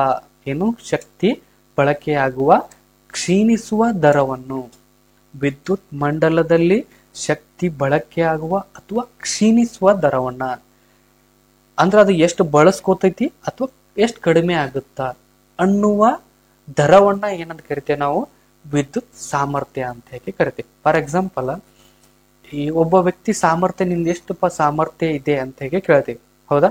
ಅವನ ಸಾಮರ್ಥ್ಯದ ತಕ್ಕಂತೆ ಅವ್ನು ಮಾರ್ಕ್ಸ್ ತಗೊಂಡ ಅಂತ ಹೇಳಿ ಕರಿತೀವಿ. ಸಾಮರ್ಥ್ಯ ಯಾವ್ದ್ರಿಂದ ಬರುತ್ತ, ನಮ್ಮ ಹಾರ್ಡ್ ವರ್ಕ್ ಇಂದ ಬರುತ್ತೆ, ಹೌದಾ. ಅದೇ ತರ ವಿದ್ಯುತ್ ಸಾಮರ್ಥ್ಯ ಅಂತಂದ್ರೆ ಯಾವುದೇ ಒಂದು ವಿದ್ಯುತ್ ಮಂಡಲದ ಉಪಕರಣಗಳು ಎಷ್ಟು ಗುಣಮಟ್ಟದಿಂದ ಇರ್ತಾವಲ್ಲ ಅಷ್ಟು ಅವುಗಳ ಸಾಮರ್ಥ್ಯ ಏನಾಗಿರ್ತೈತಿ, ಜಾಸ್ತಿ ಇರುತ್ತೆ, ಹೌದಾ. ಅದೇ ತರ ವಿದ್ಯುತ್ ಮಂಡಲದಲ್ಲಿ ಶಕ್ತಿ ಬಳಕೆಯಾಗುವ ಕ್ಷೀಣಿಸುವ ದರವನ್ನ ಏನಂತ ಕರಿತೇವೆ ನಾವು, ವಿದ್ಯುತ್ ಸಾಮರ್ಥ್ಯ ಅಂತ ಹೇಳಿ ಕರಿತೇವಿ. ಅದನ್ನ ಮ್ಯಾಥಮೆಟಿಕಲಿ ರೀಪ್ರೆಸೆಂಟ್ ಮಾಡಿದಾಗ ಏನಂತ ಕರಿತೀವಿ, P = V × I ಅಂತ ಹೇಳಿ ಕರಿತೀವಿ. ವಿದ್ಯುತ್ ಸಾಮರ್ಥ್ಯ ಅಂದ್ರ ಅದನ್ನ P ಇಂದ ಗುರುತಿಸ್ತೀವಿ. ಅದ್ರ ಸೂತ್ರ ಏನು, P = V/I ಅಂತ ಹೇಳಿ ಕರಿತೀವಿ. ಓಮ್ಸ್ ನ ನಿಯಮ ಏನೈತಿ ನಮಗ, V = I/R ಅಂತ ಹೇಳಿ ಕರಿತೀವಿ, ಹೌದಾ. I/R ಅಂತ ಹೇಳಿ ಕರಿತೀವಿ. ಈ I/R ಅನ್ನ ನಾವ್ ಏನ್ ಮಾಡೋಣ ಅಂದ್ರ ಈ ವಿದ್ಯುತ್ ಸಾಮರ್ಥ್ಯದ ಫಾರ್ಮುಲಕ್ ಅನ್ವಯಿಸೋಣಂತ. P = V ಅಂದ್ರ ಏನೈತಿ, ಇಲ್ಲಿ I/R ಐತಿ. ಹಾಗಾದ್ರ ಈ I ಗುಣಿಸಿದಾಗ ಏನಾಗುತ್ತ, I² × R ಆಗುತ್ತೆ, ಹೌದಾ. ಅದೇ ತರ ಈ I ಬೆಲೆಯನ್ನು ಹಾಕಿದಾಗ ಈ I ಕಣ ಹಿಡ್ಕೋಬೇಕಾಗಿತ್ತಂದ್ರ V/I ಆಗುತ್ತೆ. ಹಾಗಾದ್ರ ಇಲ್ಲಿ ಆಲ್ರೆಡಿ V ಐತಿ, V × V P²/R ಅಂದ್ರ ವಿದ್ಯುತ್ ಸಾಮರ್ಥ್ಯದ ಫಾರ್ಮುಲಾ ಕೇಳಿದಾಗ ಈ ಮೂರು ಕೂಡ ಏನಾಗಿರ್ತಾವ, ವಿದ್ಯುತ್ ಸಾಮರ್ಥ್ಯದ ಸೂತ್ರಗಳೇ ಆಗಿರ್ತಾವ. ಇದೊಂದು ಕ್ಲಾರಿಟಿ ಇರಲಿ. ಹಾಗಾದ್ರೆ ವಿದ್ಯುತ್ ಸಾಮರ್ಥ್ಯದ ಅಂತಾರಾಷ್ಟ್ರೀಯ ಏಕಮಾನ ಏನಪ್ಪಾ ಅಂತಂದ್ರ ವ್ಯಾಟ್ ಅಂತ ಹೇಳಿ ಕರಿತೀವಿ. ಏನು, ವ್ಯಾಟ್. ಇದನ್ನ ಕ್ಯಾಪಿಟಲ್ W ಇಂದ ಏನ್ ಮಾಡ್ತೇವೆ ನಾವು, ಇದನ್ನ ಸೂಚಿಸ್ತೇವೆ. ಕ್ಲಿಯರ್ ಆಯ್ತು. ಇನ್ನೊಂದು, ಈ ವ್ಯಾಟ್ ಅನ್ನೋದು ಏನಾಗೈತೆ ಅಂದ್ರ ಅತಿ ಚಿಕ್ಕ ಅಂಶ ಇದು ವ್ಯಾಟ್ ಅನ್ನೋದು. ಅದಕ್ಕ ನಮ್ ದಿನನಿತ್ಯ ಜೀವನದೊಳಗ ಇದನ್ನ ಒಂದಿಷ್ಟು ಬೆಲೆಯನ್ನ ಕಂಡು ಹಿಡ್ಕೋ ಸಲುವಾಗ ನಾವೇನ್ ಮಾಡ್ತೇವೆ ಅಂತಂದ್ರ ಕಿಲೋ ವ್ಯಾಟ್ ಗಳಲ್ಲಿ ಏನ್ ಮಾಡ್ತೇವೆ, ಇದನ್ನ ಸೂಚಿಸ್ತೇವೆ. ಏನು, ಕಿಲೋ ವ್ಯಾಟ್ ಗಳಲ್ಲಿ ಸೂಚಿಸ್ತೇವೆ. ಕಿಲೋ ವ್ಯಾಟ್ ಅನ್ನೋದು ಏನಾಗಿರ್ತಪ್ಪ ಅಂದ್ರ 1000 ವ್ಯಾಟ್ ಗಳಿಗೆ ಏನಾಗಿರ್ತೈತಿ, ಇದು ಸಮ ಆಗಿರ್ತೈತಿ, ಹೌದಾ. ನೆಕ್ಸ್ಟ್ ಒಂದು ಸ್ಟೇಟ್ಮೆಂಟ್ ನೋಡ್ರಿ, ಇಲ್ಲಿ ವಿದ್ಯುತ್ ಶಕ್ತಿಯು ವ್ಯಾವಹಾರಿಕ ಏಕಮಾನ ಕಿಲೋ ವ್ಯಾಟ್ ಗಂಟೆ ಅಂತ ಹೇಳಿ ಕರಿತೀವಿ. ಏನು, ಕಿಲೋ ವ್ಯಾಟ್ ಗಂಟೆ. ಇದನ್ನ ಇನ್ನೊಂದು ಹೆಸರಿಂದ ಕೂಡ ಕರಿತೀವಿ, ಏನಂದ್ರ ಯೂನಿಟ್ ಅಂತ ಹೇಳಿ ಕರಿತೇವೆ. ಏನು, ಯೂನಿಟ್ ಅಂತ ಹೇಳಿ ಕರಿತೀವಿ. ಈಗ ಸಾಮಾನ್ಯವಾಗಿ ನಮ್ ಗೌರ್ಮೆಂಟ್ ಏನ್ ಮಾಡೈತೆ ಅಂತಂದ್ರ 200 ಯೂನಿಟ್ ತಕ್ಕ ಏನ್ ಮಾಡ್ಯಾರ, ಫ್ರೀ ಕರೆಂಟ್ ಅನ್ನು ಕೊಟ್ಟಿರ್ತಾರ, ಹೌದಾ. ಹಾಗಾದ್ರ ನಿಮ್ಮ ಮನೆಗಳಲ್ಲಿ ಎಷ್ಟೆಷ್ಟು ಯೂನಿಟ್ ಪ್ರತಿ ಮಂತ್ ನೀವು ಯೂಸ್ ಮಾಡ್ತೀರಿ, ನಿಮ್ಗೆ ಎಷ್ಟು ಯೂನಿಟ್ ಗಳನ್ನ ಫ್ರೀ ಕೊಟ್ಟಿದಾರ ಅಂತ ಹೇಳಿ ನಿಮ್ ಕರೆಂಟ್ ಬಿಲ್ ಒಳಗ ಚೆಕ್ ಮಾಡ್ಕೋರಿ, ನಿಮ್ಗ ಒಂದು ಕ್ಲಾರಿಟಿ ಸಿಗುತ್ತೆ ಯಾವ ರೀತಿ ಅಂತ. ಓದೋದನ್ನ ನಮ್ ದಿನನಿತ್ಯ ಜೀವನ ಅನ್ವಯಿಸ್ಕೊಂಡ್ಕೆ ಓದಿದೇವೆ ಅಂದ್ರೆ ಇನ್ನೊಂದಿಷ್ಟು ಲರ್ನಿಂಗ್ ಆಗುವಂತ ಚಾನ್ಸಸ್ ಜಾಸ್ತಿ ಇರುತ್ತೆ. ಅದಕ್ಕಾಗಿ ಏನ್ ಮಾಡ್ಬೇಕು, ನಮ್ ಡೈಲಿ ಲೈಫಿಗೆ ಅಪ್ಲೈ ಮಾಡ್ಕೊಂಡ್ಕೆ ಎಷ್ಟು ಓದ್ತೀವಿ ಅಷ್ಟು ಜಾಸ್ತಿ ಲರ್ನಿಂಗ್ ನಮ್ಮಲ್ಲಿ ಪರ್ಮನೆಂಟ್ ಆಗಿ ಉಳಿಯುತ್ತೆ. ಹೌದಾ? ಹಾಗಾದ್ರೆ ಕಿಲೋ ವ್ಯಾಟ್ ಗಂಟೆ ಅಂದ್ರ ಎಷ್ಟು ಶಕ್ತಿ, ಎಷ್ಟು ವಿದ್ಯುತ್ ಸಾಮರ್ಥ್ಯ ಅಂತ ಹೇಗೆ ನೋಡೋದಾದ್ರ 1 ಕಿಲೋ ವ್ಯಾಟ್ ಪರ್ ಅವರ್ ಅಂದ್ರ 1000 ವ್ಯಾಟ್ ಅನ್ನ, ಅವರ್ ಅಂದ್ರೆ ಏನು, ಒಂದು ತಾಸಿಗೆ 60 ನಿಮಿಷಗಳು ಇರ್ತಾವ. ಹೌದಾ? ಹಾಗಾದ್ರೆ 1 ನಿಮಿಷ ಅಂದ್ರೆ ಎಷ್ಟು, 60 ಸೆಕೆಂಡ್. ಇವುಗಳನ್ನು ಗುಣಿಸಿದಾಗ 3600 ಸೆಕೆಂಡ್ಗಳ ಬರ್ತಾವ. ಹೌದಾ? ಇದನ್ನ ಈ ರೀತಿ ಬರೆದಾಗ ಏನಾಗುತ್ತೆ, 3.6 ಇಂಟು 10⁶ ಆಗುತ್ತೆ. ಇದನ್ನ 3.6 ಇಂಟು 10⁶ ಜೋಲ್ಸ್ಗಳು ಅಂತ ಹೇಗೆ ಕರಿತೀವಿ. 1 ಕಿಲೋ ವ್ಯಾಟ್ ಪರ್ ಅವರ್ ಅಂತಂದ್ರ 3.6 ಇಂಟು 10⁶ ಜೋಲ್ಗಳು ಅಂತ ಹೇಗೆ ಕರಿತೀವಿ. ಇದೇನು, ವಿದ್ಯುತ್ ಸಾಮರ್ಥ್ಯ. ಇದು ಹಂಗಂದ್ರ 1 ಯೂನಿಟ್ ಅಂತ ಹೇಳಕ್ಕೆ ಕೂಡ ಕರಿತೀವಿ. ಇಂಥವ್ಕೂರ್ನ ಇದನ್ನ ಎಷ್ಟು ಫ್ರೀ ಕೊಟ್ಟಾರ ನಮಗೀಗ, 200 ಅಷ್ಟು ಫ್ರೀ ಕೊಟ್ಟಿದ್ದಾರೆ. 200 ಮ್ಯಾಕ್ಸಿಮಮ್.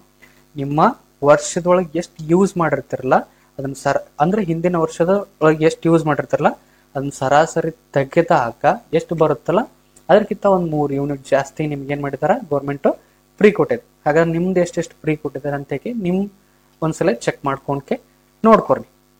ತಿಳಿಯಿತು? ಇದ್ರ ಮೇಲೂ ಈ P = V ಆಯ್ತಲ್ಲ, ಈ ಪ್ರಾಬ್ಲಮ್ಸ್ ಮೇಲೆ ಕೂಡ ನಿಮ್ಗೆ ಏನಾಗುತ್ತಾ, ಪ್ರಶ್ನೆಗಳು ಬರ್ತಾವ. ಪ್ರಿಯ ವಿದ್ಯಾರ್ಥಿಗಳೇ, ಈ ನಿಮ್ಗ ಈ 10th ಚಾಪ್ಟರ್ ಒಳಗ ಫಿಸಿಕ್ಸ್ ಒಳಗ ಇದು ಮೋಸ್ಟ್ ಇಂಪಾರ್ಟೆಂಟ್ ಚಾಪ್ಟರ್, ಅತಿ ಈಸಿಯೆಸ್ಟ್ ಚಾಪ್ಟರ್. ಚಿಕ್ಕ ಚಿಕ್ಕ ಪದಗಳಲ್ಲಿ ಏನ್ ಮಾಡಬಹುದು ಅಂದ್ರೆ ಒಂದಿಷ್ಟು ಡೆಫಿನಿಷನ್ಸ್ ಗಳನ್ನ ನೆನಪಿಟ್ಕೋಬಹುದು. ಅತಿ ಹೆಚ್ಚಿನ ಮಾರ್ಕ್ಸ್ ಗಳು ಈ ಚಾಪ್ಟರ್ ಒಳಗೆ ಬರುವಂತ ಚಾನ್ಸಸ್ ಜಾಸ್ತಿ ಇದೆ. ಅಲ್ಲ, ಪ್ರತಿ ವರ್ಷ ಬಂದೇ ಬರುತ್ತೆ. ಅದಕ್ಕಾಗಿ ಈ 2 ವಿಡಿಯೋಗಳನ್ನ ನೀವೇನ್ ಮಾಡ್ರಿ, ಪೂರ್ತಿಯಾಗಿ ನೋಡ್ಕೋರಿ. ಅದೇ ತರ ಇದರಲ್ಲಿ ಇರುವಂತ ನೋಟ್ಸ್ ಗಳನ್ನ ನೀವು ನೋಟ್ ಮಾಡ್ಕೋರಿ. ಈ ಎಕ್ಸಾಮ್ ಟೈಮ್ನಾಗ ಒಂದ್ಸಲ ರಿಕಾಲ್ ಮಾಡ್ಕೋರಿ. ಇನ್ನು ಹೆಚ್ಚಿನ ವಿಡಿಯೋಗಳಿಗಾಗಿ ಏನ್ ಮಾಡ್ರಿ, ನಮ್ಮ ಯೂಟ್ಯೂಬ್ ಚಾನಲ್ನ ಸಬ್ಸ್ಕ್ರೈಬ್ ಮಾಡ್ರಿ. Thank you.